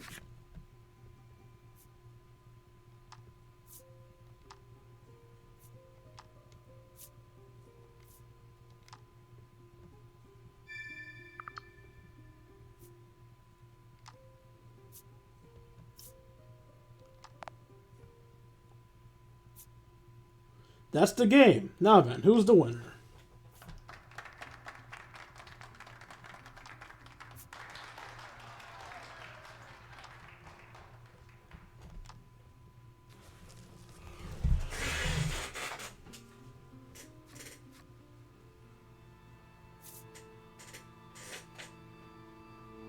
Alright, let's play an actual game.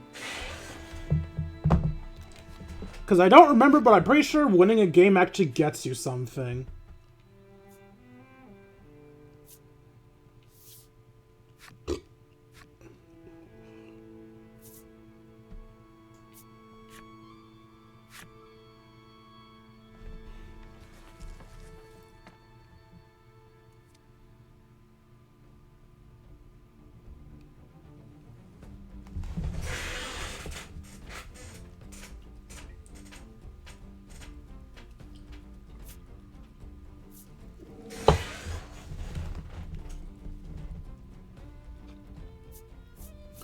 I have a 3, he has a 4.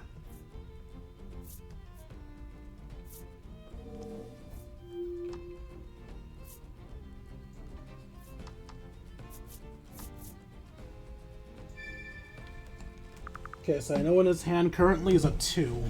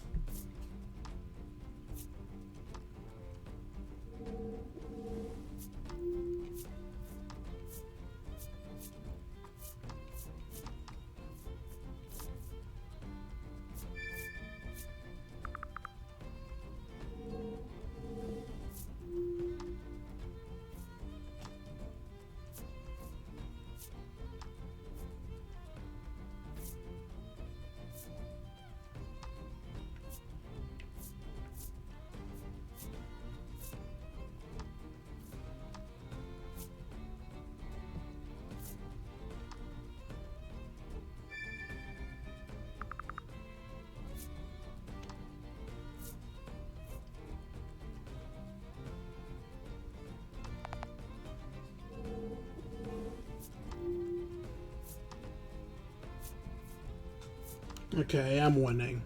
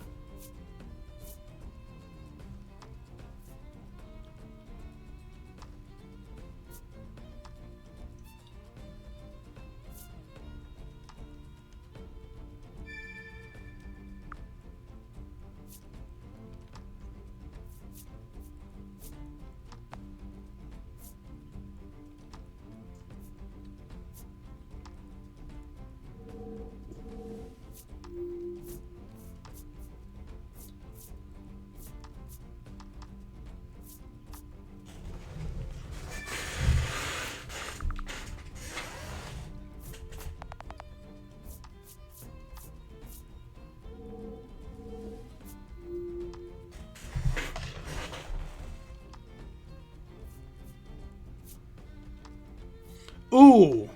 That paid off better than I thought it would.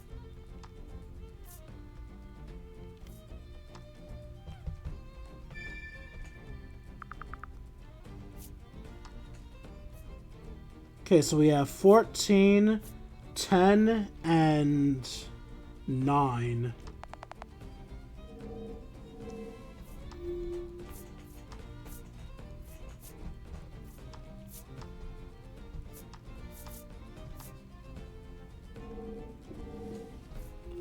Dude, if I get a 7.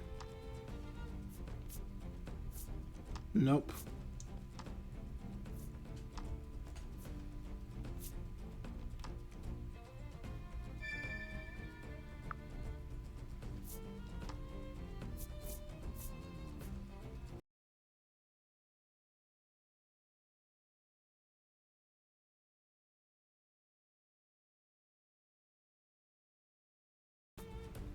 That is so much points. Did he catch up to me? He's at 36, I'm at 45. No, I still got it.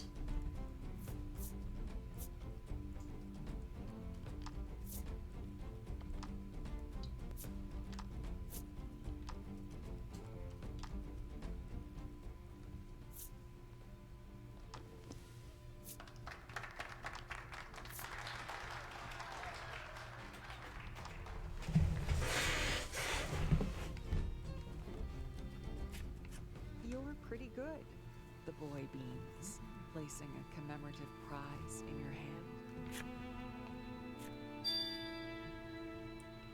Titanium dice appearance obtained. Go to option menus in the title screen to change appearances. Firing rules are now available to play. New, add skills. Can now select multiplayer gameplay player from the menu.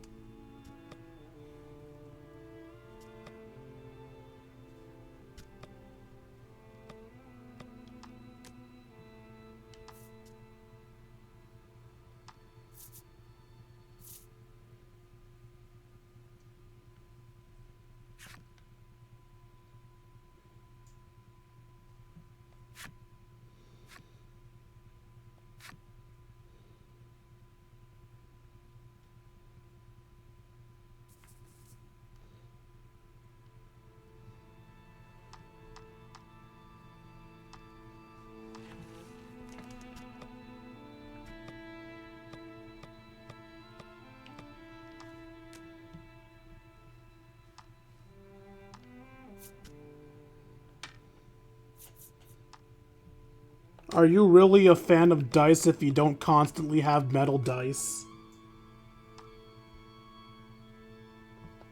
I wonder if how I earned a stuffed toy from Mother. I assume it isn't something you have to buy, because if it was something you had to buy, it wouldn't be on the default immediately, right? Starry Sky's probably gotten from beating the game.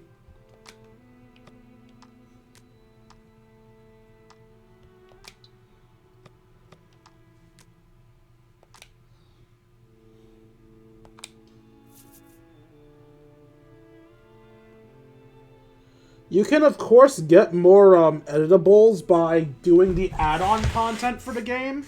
Add-on content is usually visual stuff like dice, boards, and sometimes costumes. Like, I believe the second game allowed you to turn everybody into Nier Automata characters.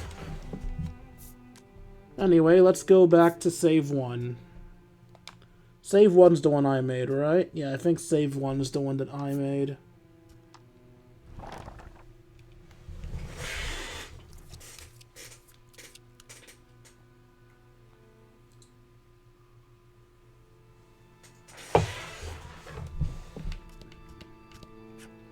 You enter the inn, and the proprietor says, "Guest of the Senate," right?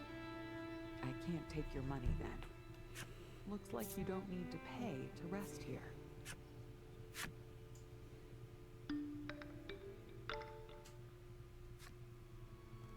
You step out of the inn, feeling rested and ready. Alright, I've been to all the stores. The boy returns, wiping his hands on his clothes. You wonder if his errand was just a simple trip to the restroom. Serious boy rejoined the party. Has finally come to fight the primal. Defeat the steel primal in a mile to the northwest. First, I want to gather some monsters. Because there's no point in,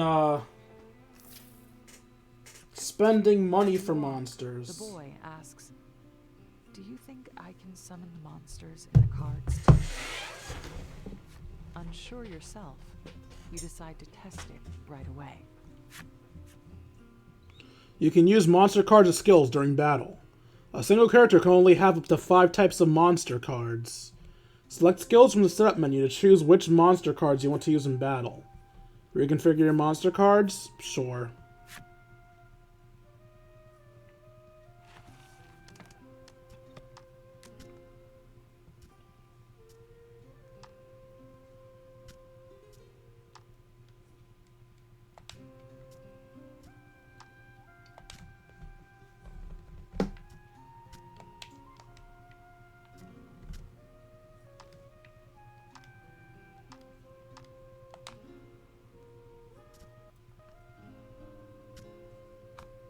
Oh.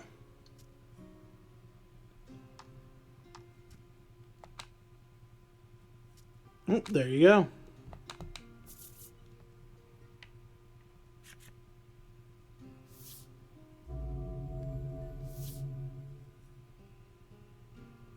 I guess you could just let the monster go, he remarks.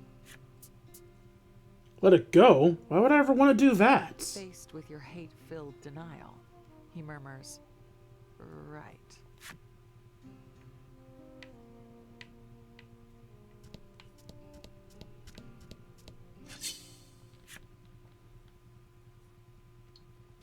Alright, let's beat up some monsters and try to grab them for myself. Get him. These are gems. You'll need to spend them to use certain skills. You gain 1 gem whenever you take an action and can store up to 10 at a time. The icon indicates how many gems a skill will cost. You can't use the skill if you don't have enough gems.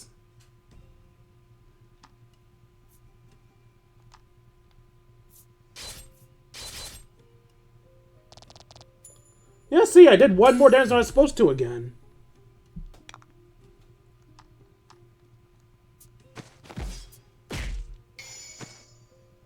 I did again. I'm supposed to do 10. I did 11.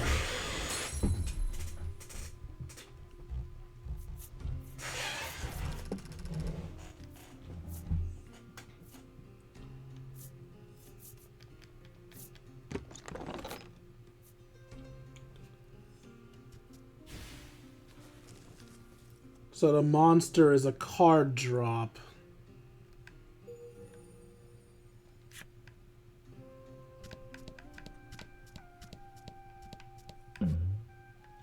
Event.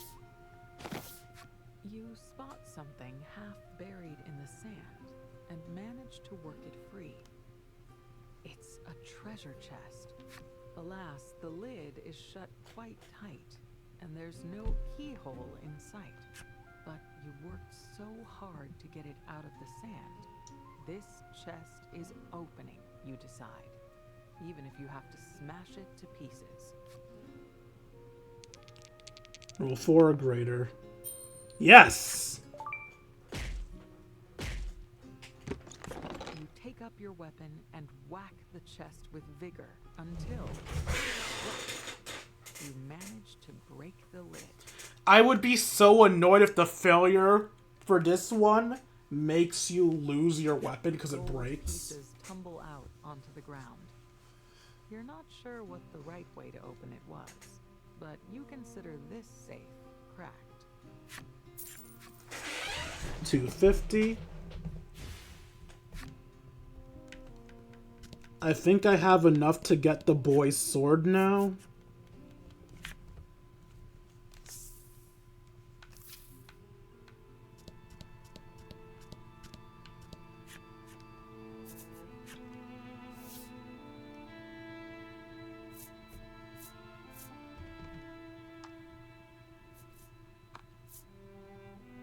Oh, I don't have enough? Ah, it's 500.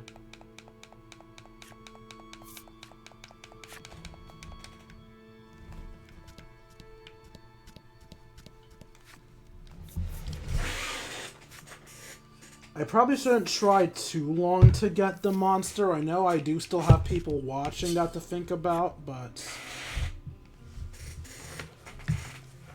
guess I'll try 2 more times. I don't want to waste my money.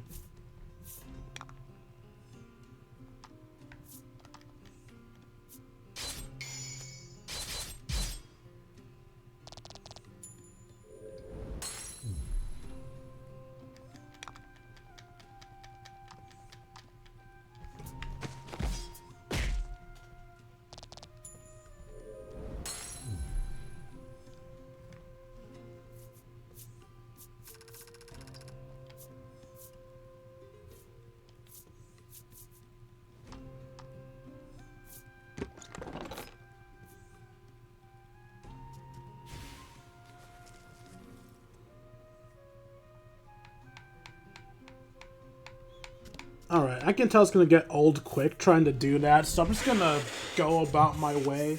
And if I happen to get more cards, cool. If I don't, oh well.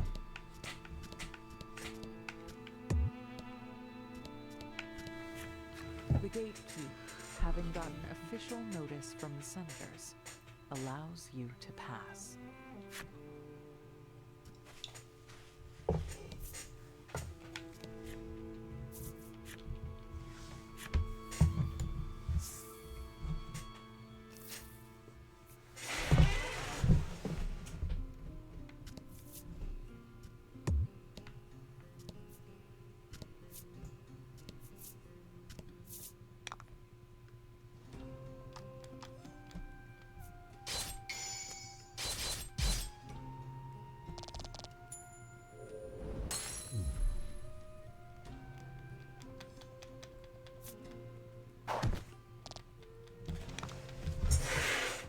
Beat its ass.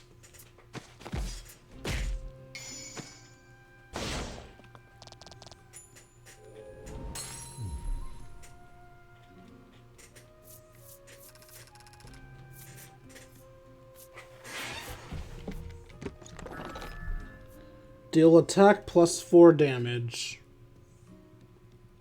Oh! There are different levels of their skills too. Interesting.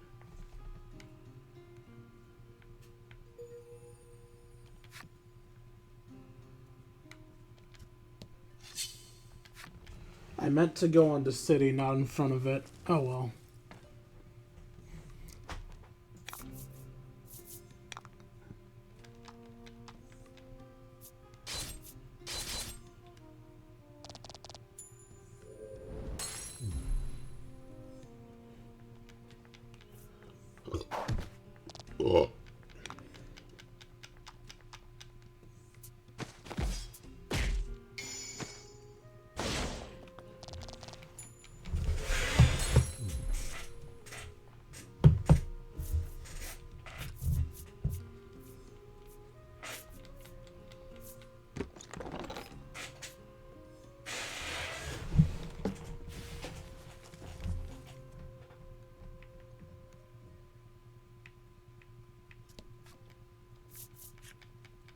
I should have enough for his thing now.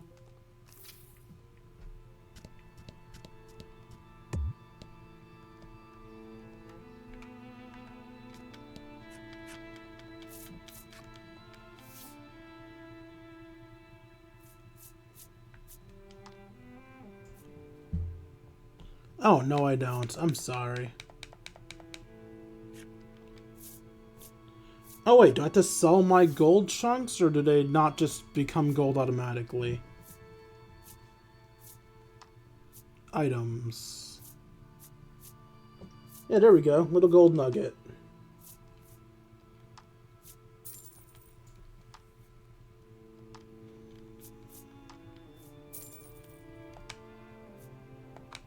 I forgot you had to actively go to sell the little gold nuggets.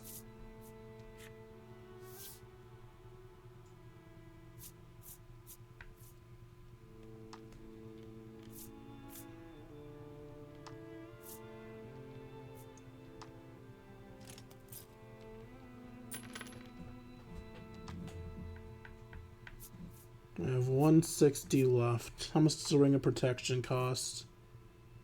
300 gold, so that's a no. I'm fairly certain I can find Rings of Protection. This is knowledge based on past games I've played.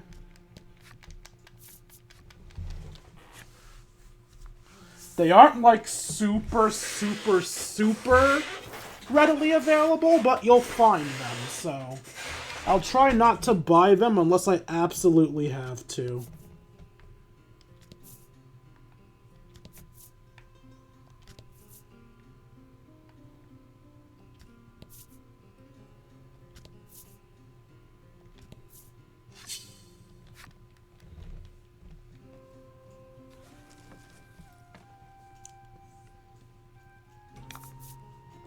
Battle time.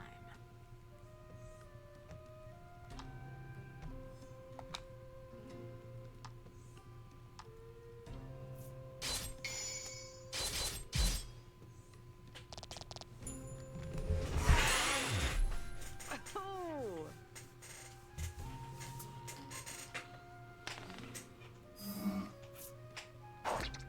And I'm poisoned. Cards inflicted with poison take 1 to 6 points of damage at fixed intervals. Ailments last either a set number of turns or until the end of battle. Cards cannot be afflicted with more than one ailment at a time. Instead, the new ailment will replace the old one. Check card ailments with the X button. Personally, my favorite ailment is freeze. 7 damage, not 7 plus anything, so I'll just cut you up.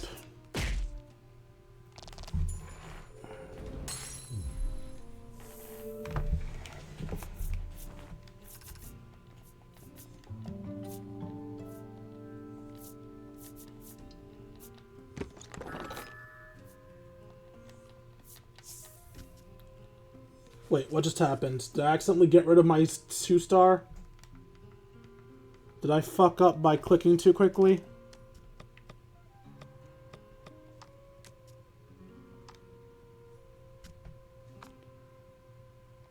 Alright, no, they still let me keep the 2-star variation, thank God. I would have cried.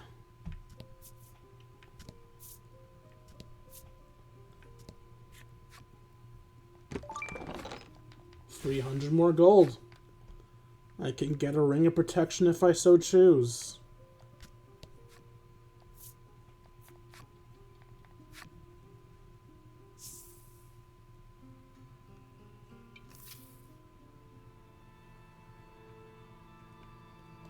This is only the first section of the game. Need a room for the night, the innkeeper asks as you enter. So what I'm gonna do is I'm gonna go and fight the thing without the Ring of Protection. The party takes leave of the inn, feeling rested and refreshed. It's a very early boss fight, so I'm fairly certain I can do it without the Ring of Protection. And as I go through the dungeon, this will be how I remind myself if you can find accessories in the wild. If I can, in fact, find accessories in the wild, I won't bother buying accessories. Be at least level 3? I'm level 3. Let's go. Also, keep in mind that gems are renewable resources. You get them at the start of every turn, so do not be afraid to use your gem skills. This is not like other RPGs where you'll want to save your mana. You will just...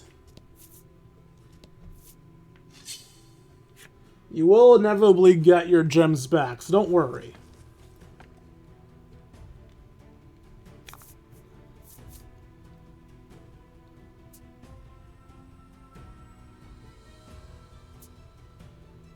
Nothing happens and nothing happens. I don't even need to use my skill. What?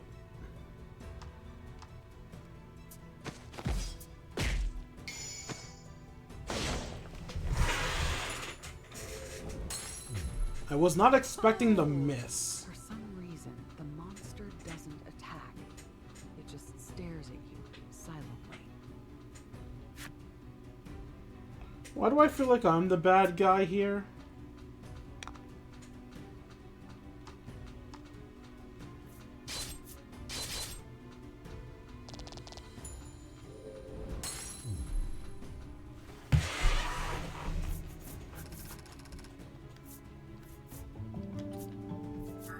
I leveled up.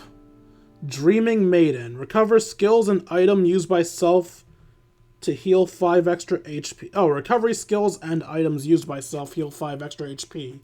Abilities and skills that confer passive effects in battle.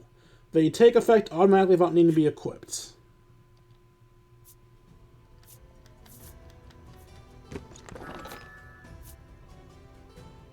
Restore 8 HP to targets. Well, I guess I'm supposed to be a healer, so I'll give that to myself. Open the menu setup and to give myself abilities. Yeah, sure.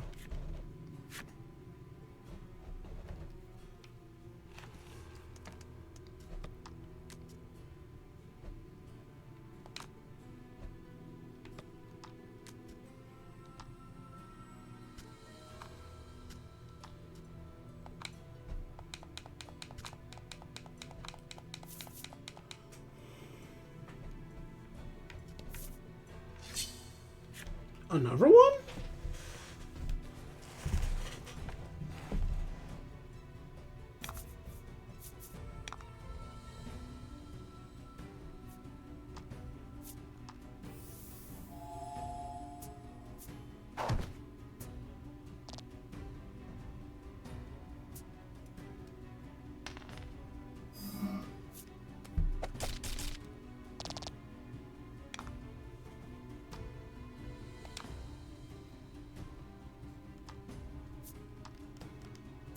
Yep, that'll be 10. 9?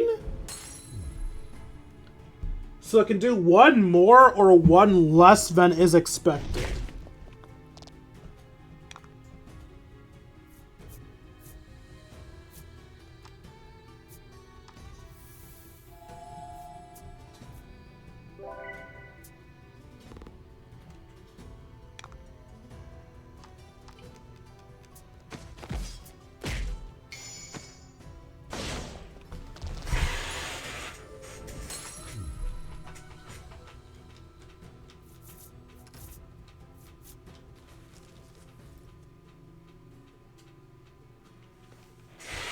Alright.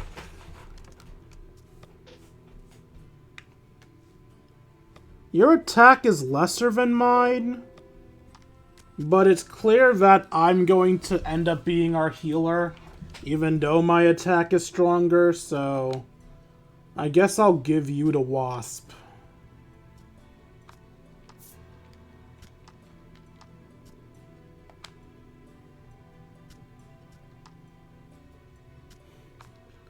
And I'll take the Wolf because the way I see it, the Wolf is for if you can't attack past somebody's armor, as it's a set 6.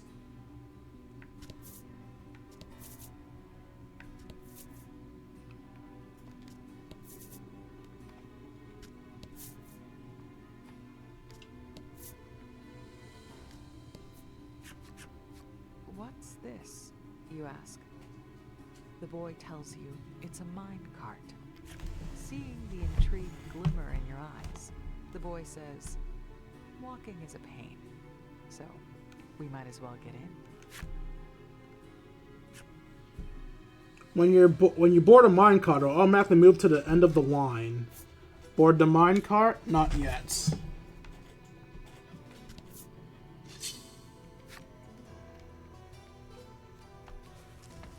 I'm a tad OCD, so you're gonna be seeing me flipping over every car on a map a lot.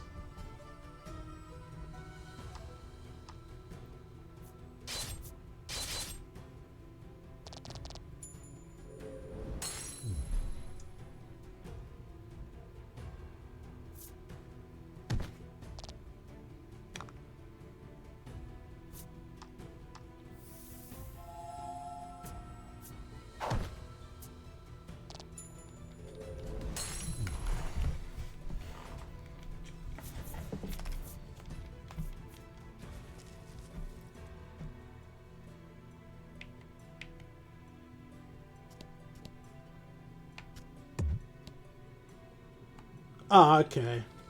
I thought it was a ladder, but no, that was a mine track.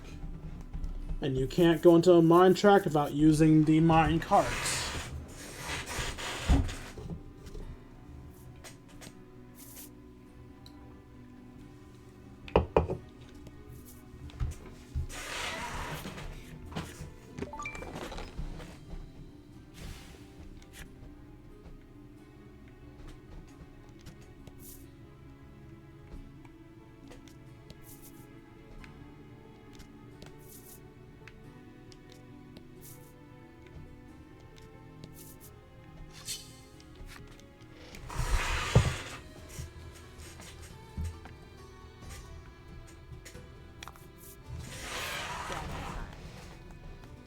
Okay, 16 damage.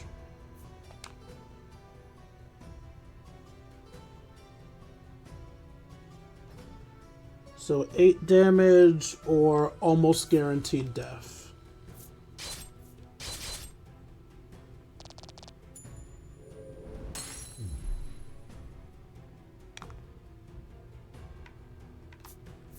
Well, not that.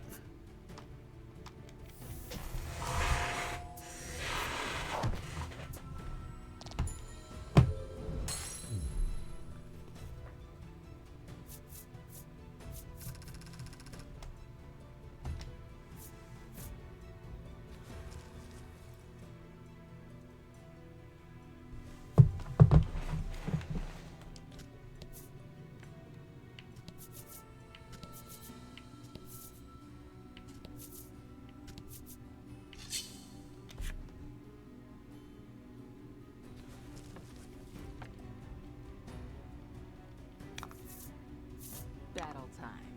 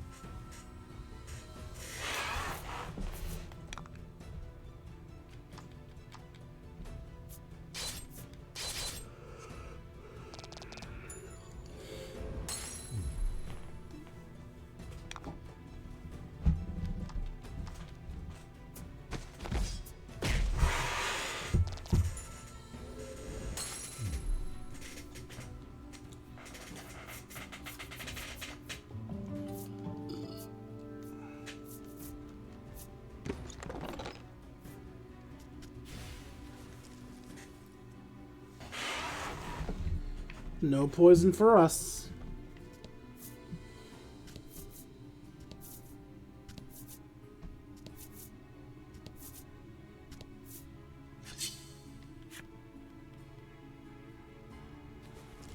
So I guess had I taken the cart to the left, I would have just automatically come down here.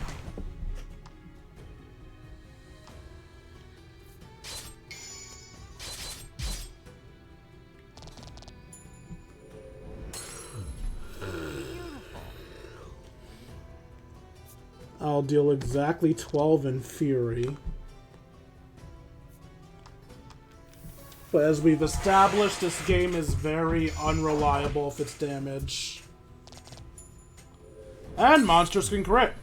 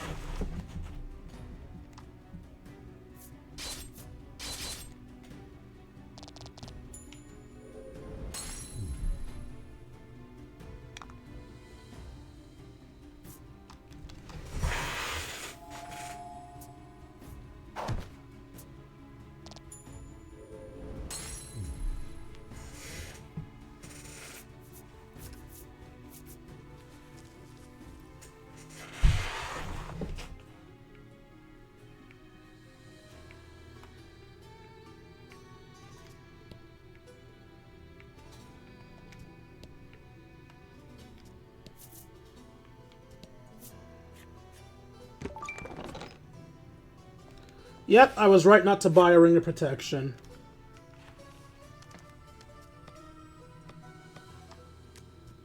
We'll give it to her first, because she is our healer. And you never want your healer to fall in battle.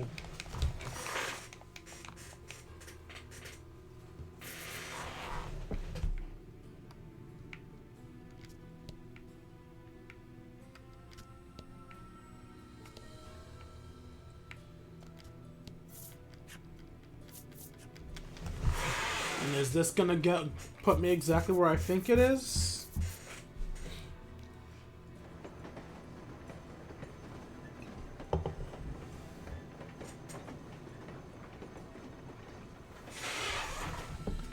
Yep, exactly where I thought it would. And some would argue, see, you should have never walked down, but technically, by walking down, I not only got good experience, I also got that treasure chest. So, while walking down did admittedly waste some turns, it wasn't an all-around bad thing.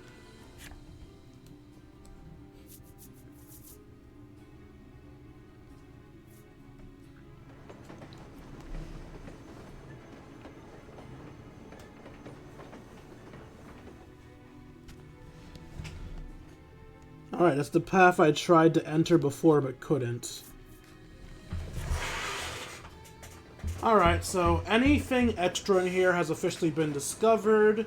So now we just go on to the next floor proper.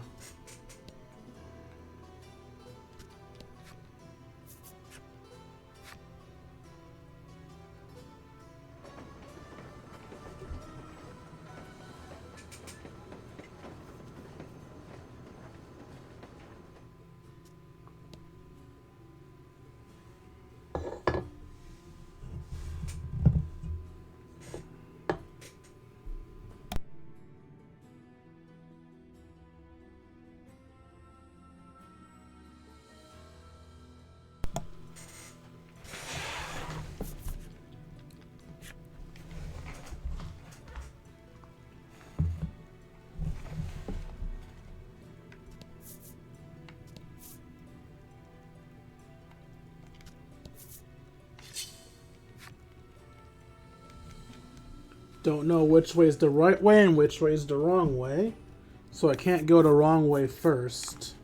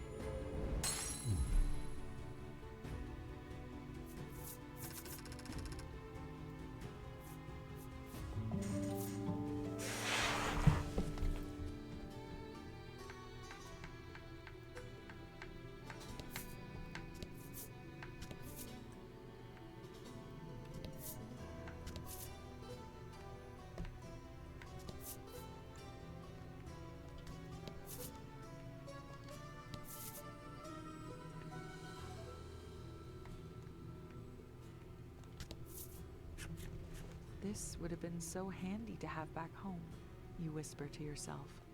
Anything that needed to be moved was done so by hand, by everyone's hands. The boy quietly lends an ear as you reminisce of your village. It sounds like you were all one big family, he comments. You nod, a little teary-eyed. That's why I have to avenge them. You realize that you've been the only one talking, and ask the boy to tell you about his own past. But the boy simply shrugs you off. I don't see the point, he says, somewhat sadly.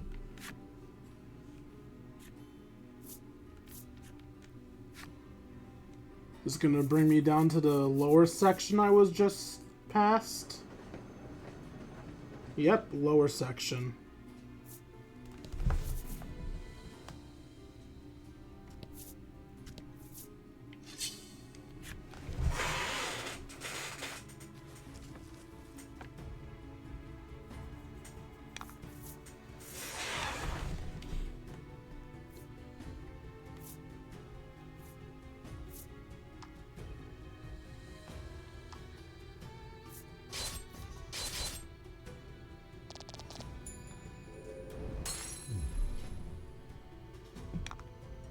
This bat turtle is a strong fuck.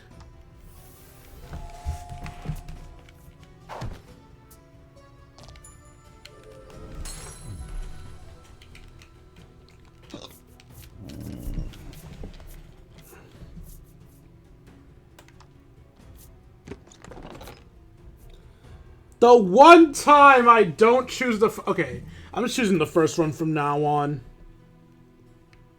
This game really just fucked with me.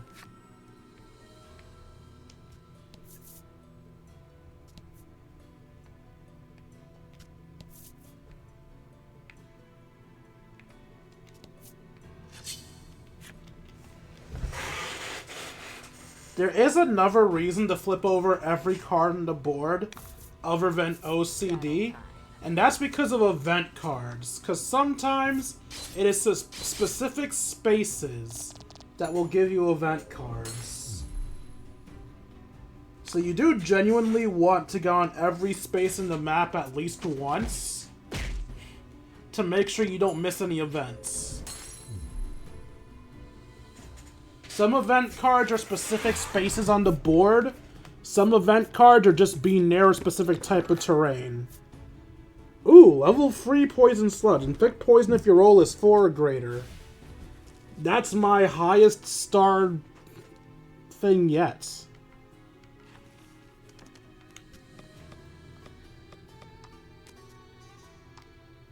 Think I'll give the poison skill to myself. Is it specifically 4 skills I'm allowed? I guess we'll find out next time I get a skill.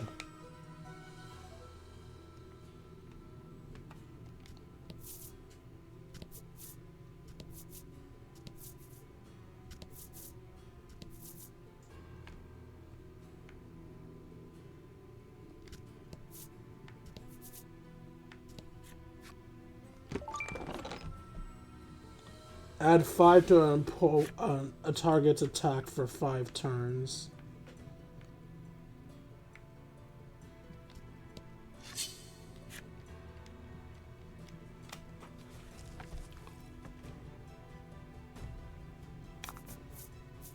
Get up.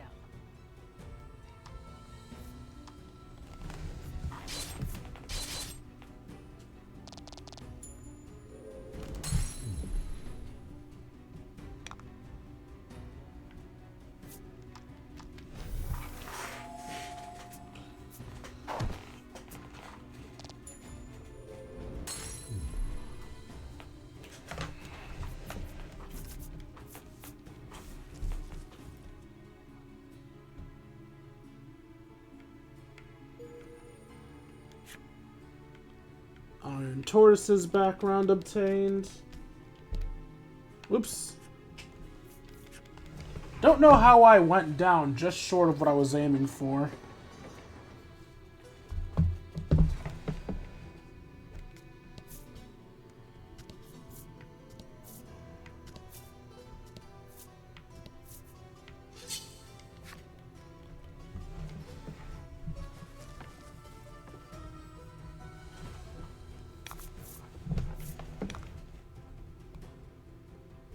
That is a big...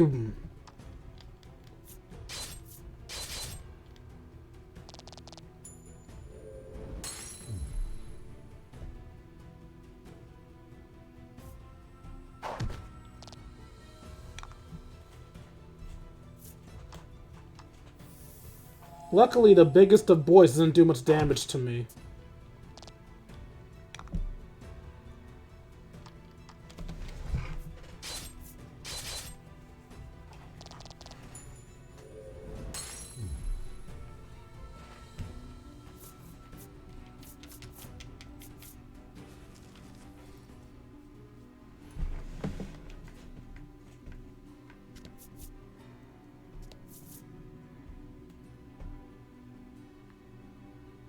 That looks like the boss.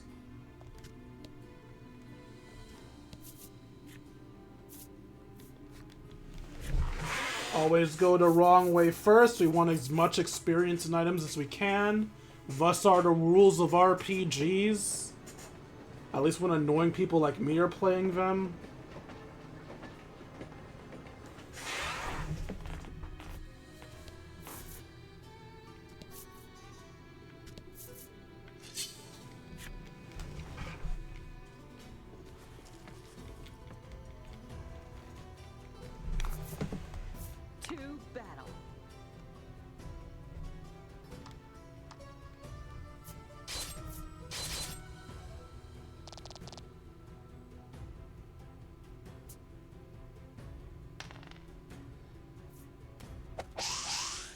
Sucker.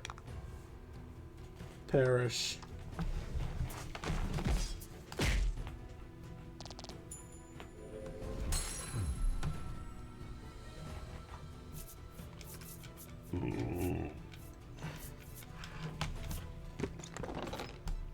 Smoke bomb.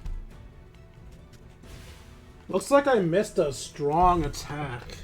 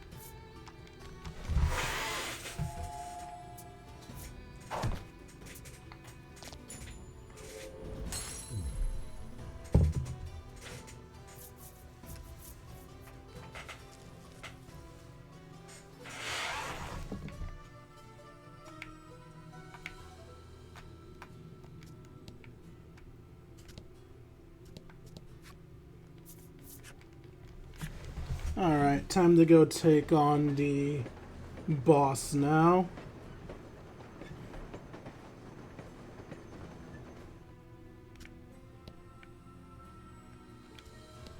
I don't know if you guys noticed, but there was a turn there that we could have taken, well, not could have taken, but should have been able to take. Monsters block this path. Knowing you need to press on, you and the boy decide to strike them down. Oh, so it's not the boss, it's just a random monster. Is that the light thing I was just fighting before? Before, due to my bad vision, I thought it was a dragon, but now it looks more like a, archer.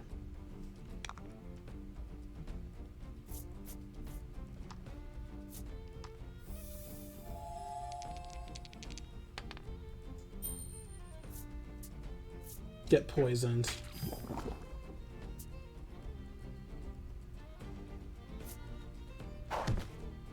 Only two, that's fine. Only one, that's fine. You know what? It's fine. All of these are just one gem skills anyway, so I don't need to conserve gems.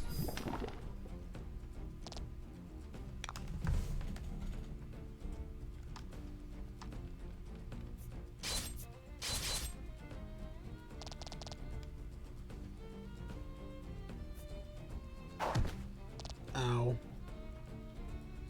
That actually kind of hurt. I don't appreciate that actually hurting. How dare you?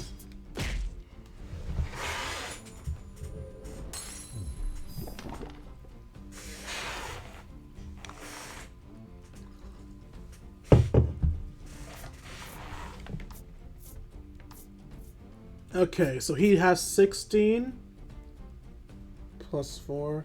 I could kill him, possibly.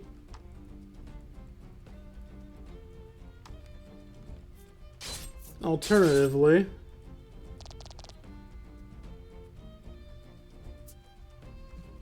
oh, I forgot you were faster. Jerk.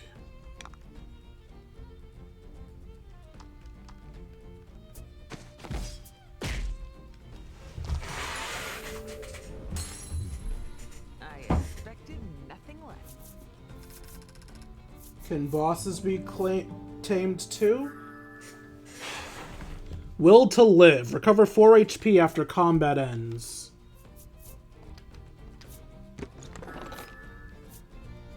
Ah, damn it, I wanted a centaur!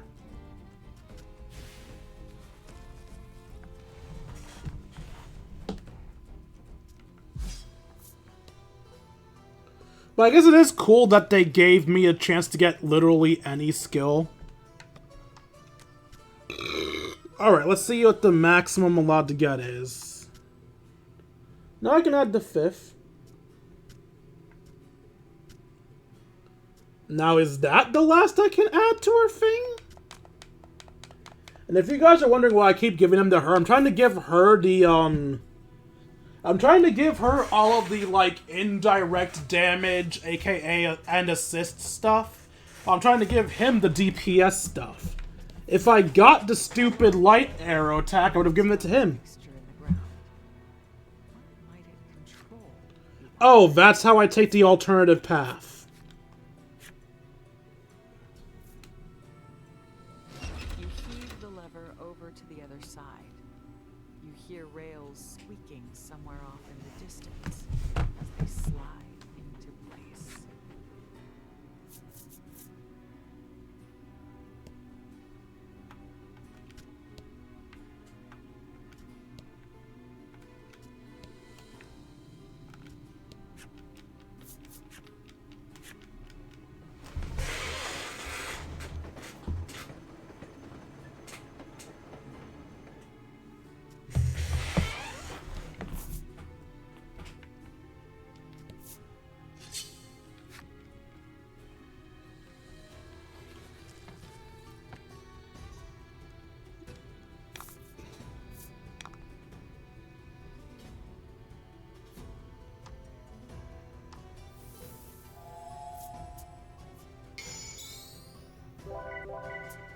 As you can see, even healing can crit. Looks like healing also does the 1 extra or 1 less thing, too. I really don't like that.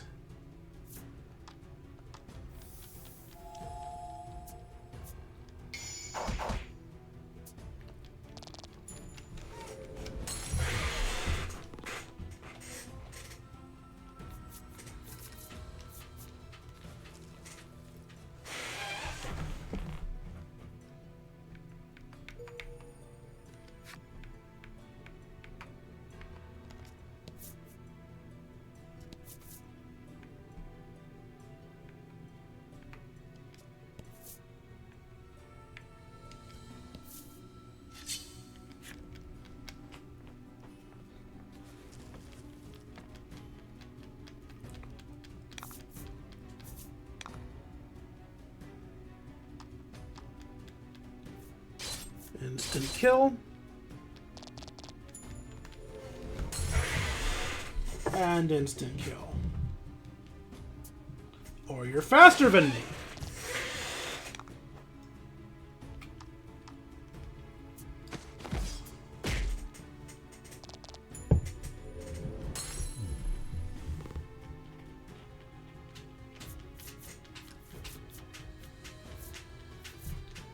Always gonna do the one I start off on.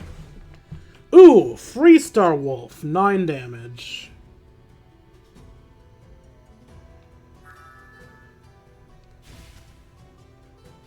Does it auto-equip Wolf to her? Or... Monster cards are ranked up to 5 stars. Depending on the type of monster, you may be limited to owning just 1 card. Cards will be destroyed when you obtain one of the same or higher rank. Monster strength varies from region to region. As you progress through the story and move across new areas, you'll be able to get higher ranked cards. So, in theory, currently the highest ranked card I can get is free stars. Yep, I still have the wolf on me, so I do not need to equip upgraded cards.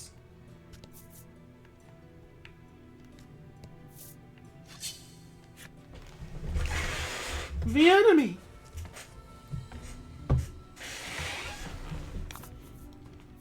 Get him.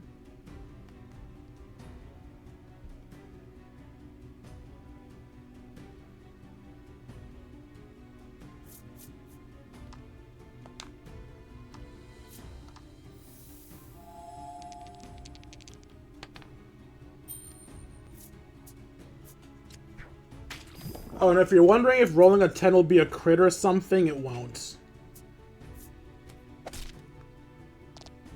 You good, girly? I think she's good.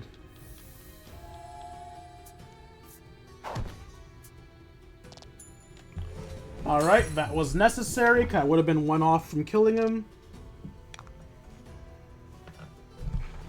Let's see. Alright, Furball is heal.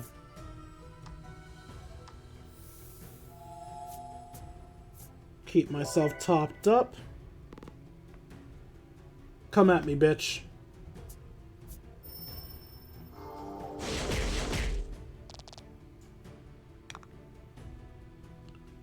That's the attack I want to get from him.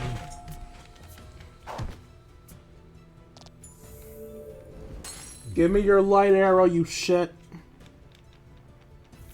Give it to me. Yes!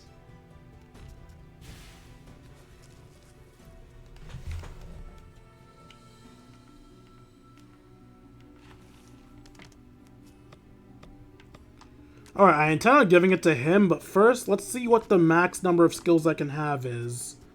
Alright, the max number of skills I can have is 5. Hold up. Can I get rid of Slash? I can get rid of Slash, are you kidding me? I'm not gonna do that, but it's good to know it's an option for if I need to do so in the future for some reason.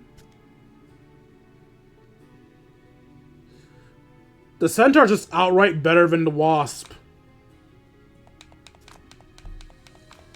The Centaur, 1 star less than the Wasp, matches its power.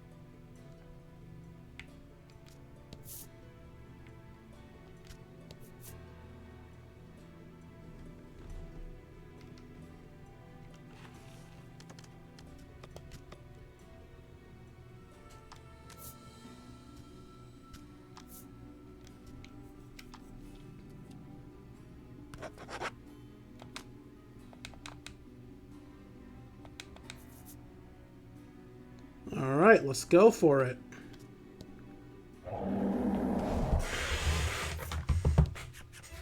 A sinister beast rears its head.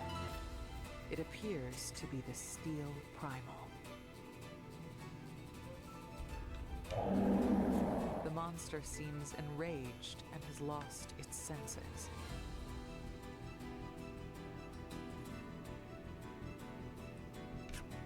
All your fault, you exclaim, brandishing your weapon at the beast.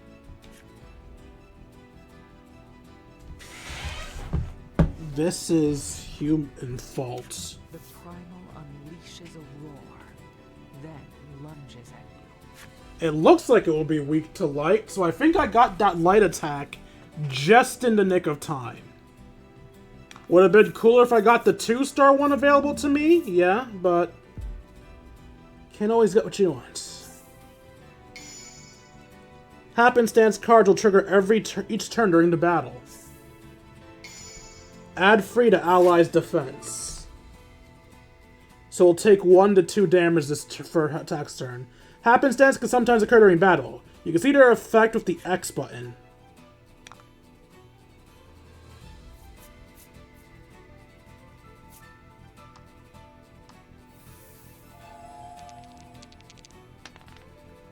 No poison for me.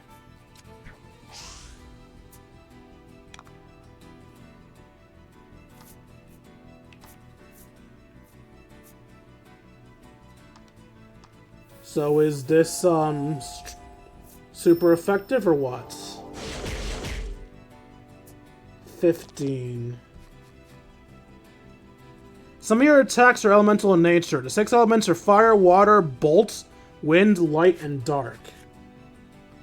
Cards take more damage from elements they are weak to, and less damage from elements they are resistant against. Knowing your enemy's weaknesses and strengths will help you choose which skills to wield to your advantage. Didn't look like he was weak to it, so I'll stick with my thing next time. Gain 2 gems. Nice, nice. Let's try to poison him again.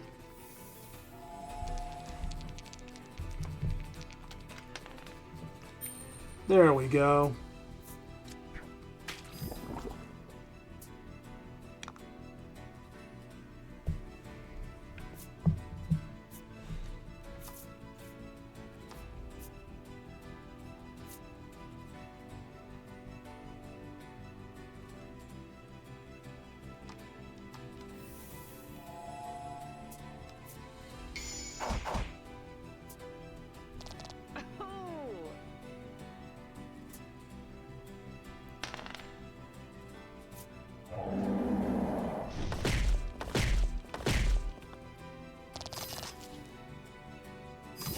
Oof, that hurts.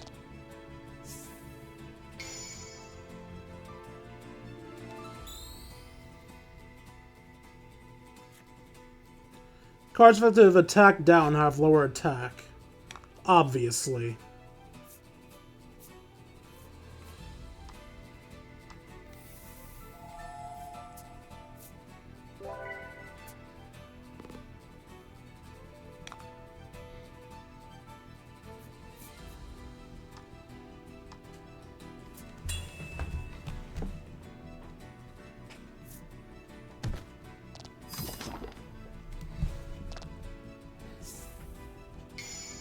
Two more gems. Nice, nice.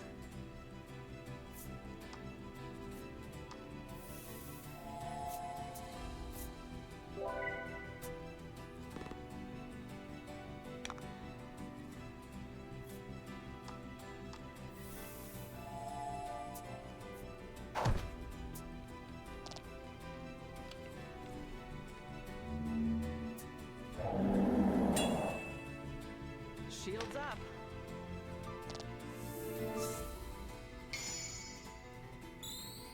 While I appreciate the up to my rates, we're definitely blocking turn. When a character... Yeah, I know how that works.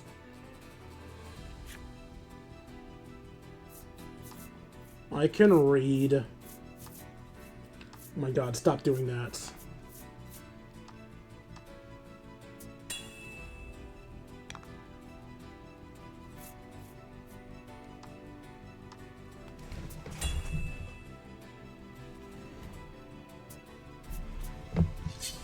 Deals the value of... value of what?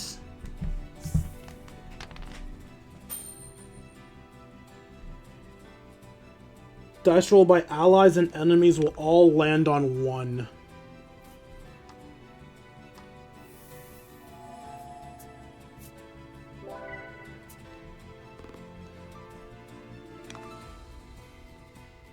So I'll only deal 1 more damage, but honestly, 1 more damage is better than no damage.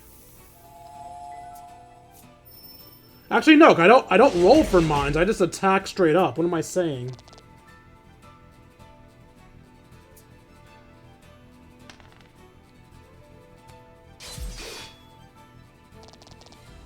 Nice hit, buddy. 2 gems. Also, I only just realized your poison ran out, but that's fine. I think I win this turn. 8 damage, and then his 8+. Yeah, I win.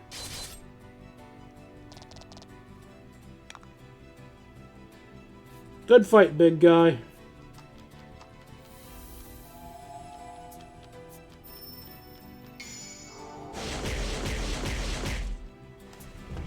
And I killed him in style, too. It can be argued that I should have healed my guy so he'd be at max health at the end of this battle, but I'm pretty sure the experience will level me up anyway.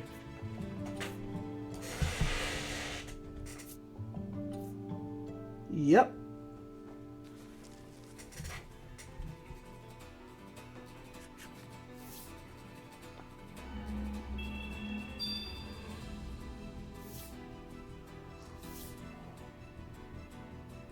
You successfully defeat the beast and capture it in a card. Your breathing is ragged after having avenged your village. Let's report back, the boy says, and the 2 of you return to Steelborough. If you choose leave, you'll be whisked outside right away. Yeah, I'll leave. I already explored this place to the best of my ability. Mines behind right away. We took every turn we possibly can. This place is cleaned out. Go to Steel Hall and report to the senators. Using the jump ability will let you traverse large areas more quickly. I'm aware.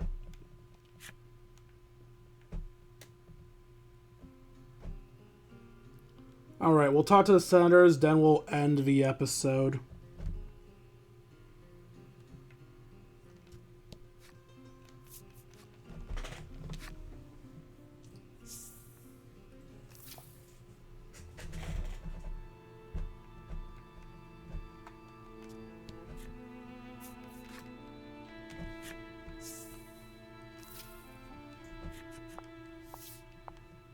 The senators await your return at Steel Hall. When you tell them you have defeated the Primal, they demand you give them the card. Why? You ask, not liking their tone. We're declaring war on the neighboring town, they tell you. The Primal's power will ensure our victory. Please tell me I can say fuck no.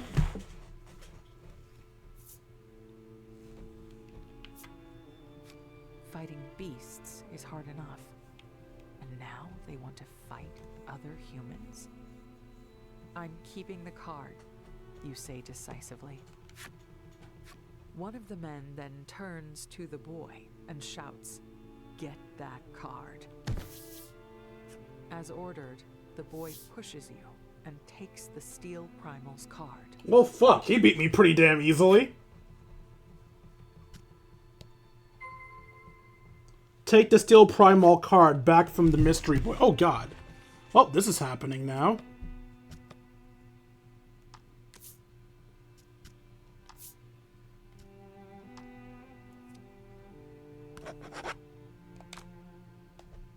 I could probably try to cheese it and take his skills away from him, but I don't want to cheat. Plus, I don't know if I'm actually going to be fighting him or if a cutscene battle's going to happen or something. When you try to take the card back, he pushes you once more. "What are you doing?" one of the senators roars. "Give me that card this instant." He approaches the boy, and then...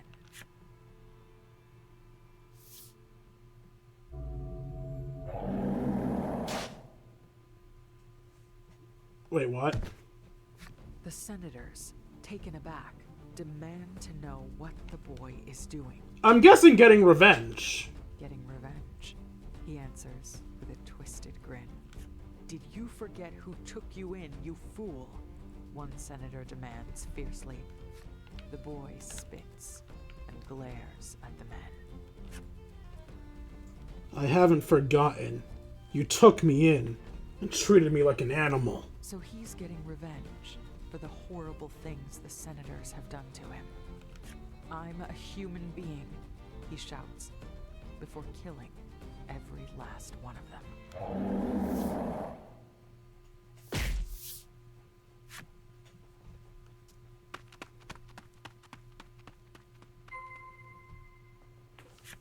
Fucker stole my card. You can barely stand to look at their mangled corpses.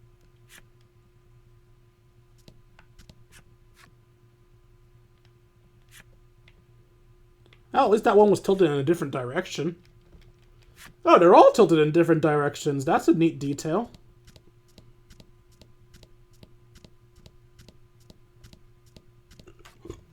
At your shocked expression, the boy says, "They didn't deserve to live." He explains that the primal only became enraged after the senators attempted to claim its power.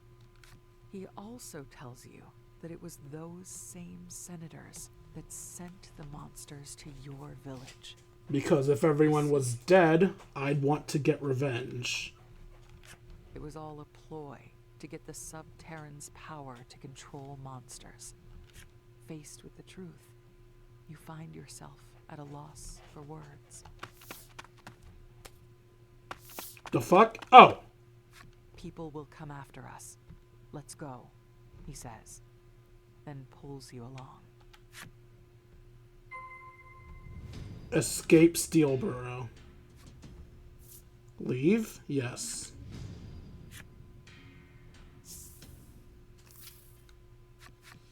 We'll take a sand skiff and flee, he tells you. He claims there are plenty of them in Steelborough.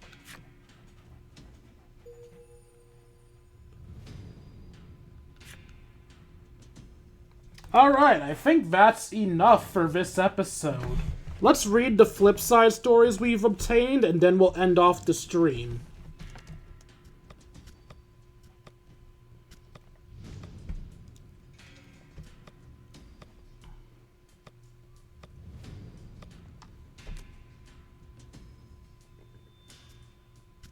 Oh, I have 2 cards. One for my old outfit, one for my new one.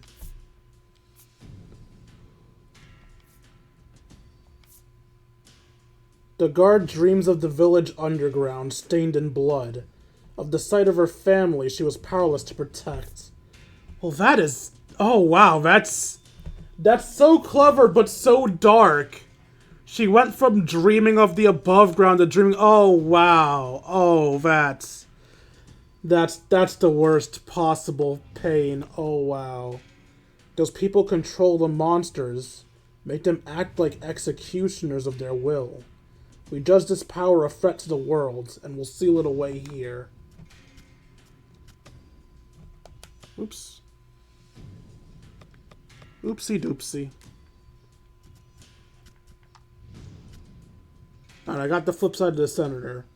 Aged men cloak in ostentatious black robes. Their supercilious manner keeps others at arm's length, or farther. Their skill in the art of civics is none the less authentic. These men once loved the same woman. Her dying wish was that the city would prosper, and as though taken by sorcery, that wish continues to bind the men to this day. As if taken by sorcery? Is that a literal statement or a figurative one? Alright, I didn't get anybody else's flip sides. Let's see what monsters I have the flip sides of.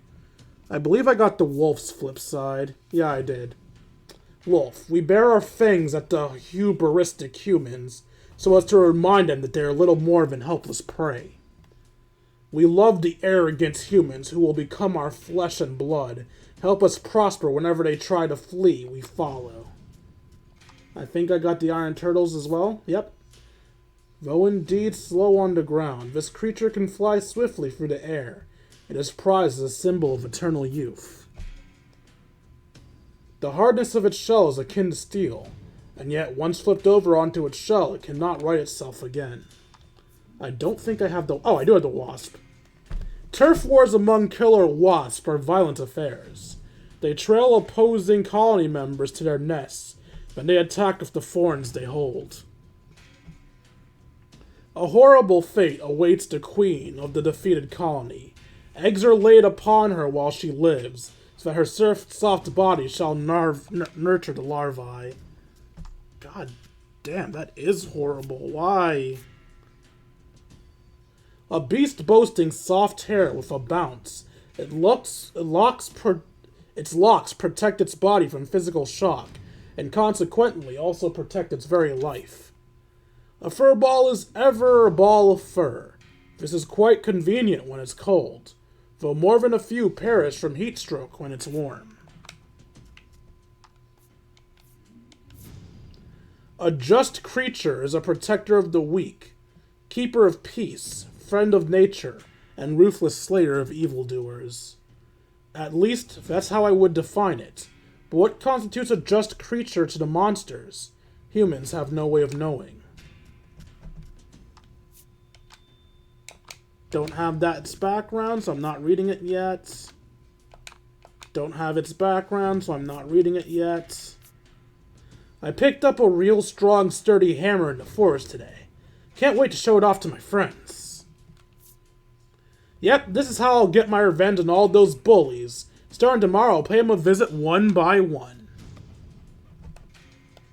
Sounds like he doesn't have very nice friends.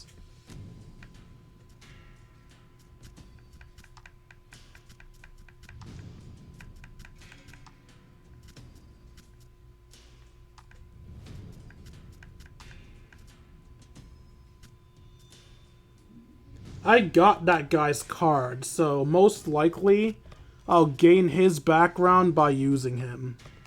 Do my skills have backsides too? No, it's just showing me the skills. There's one more thing I want to check before I end off the stream. Did I get a skill for the monster? I did. Takes 5 gems. Deal damage equal to the value of free rolled dice on all enemies when inflict attack down. Well, I have my first super attack of sorts. Alright, well, that's it for today's stream. I hope you all enjoyed it as much as I enjoyed making it for you all. One sec while I pull up the Twitch so I can, type out the things. Because as we know, for some reason, the thing throws a conniption when I try to type it out here.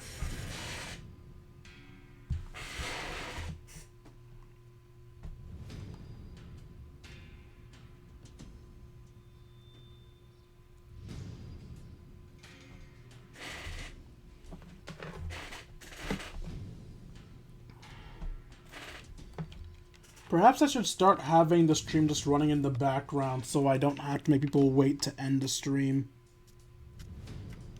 I'll save over the third slot because no battle really happened.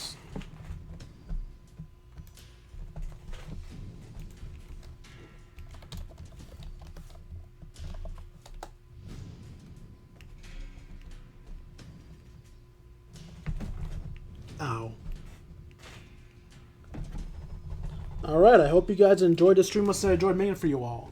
If you enjoyed and want to see more of my content, you can find me at youtube.com/KingD353. Again, that's youtube.com/KingD353. When I'm not re-uploading streams, I'm uploading episodes of Persona 5 Royal, Yu-Gi-Oh! Legacy of the Duelist, and Fire Emblem 7, The Blazing Blade. Also, if you feel I deserve it, you can donate to me at buymeacoffee.com/KingD353. Again, that's buymeacoffee.com/KingD353. For as little as $1, you can get shoutouts at the end of these videos and streams. Also, if you give me a little bit more than $1, you will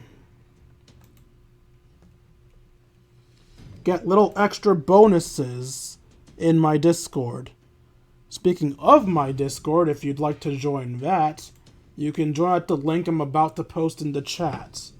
Once in the Discord, we'll be able to chat, play video games, share memes, and have ourselves a grand old time.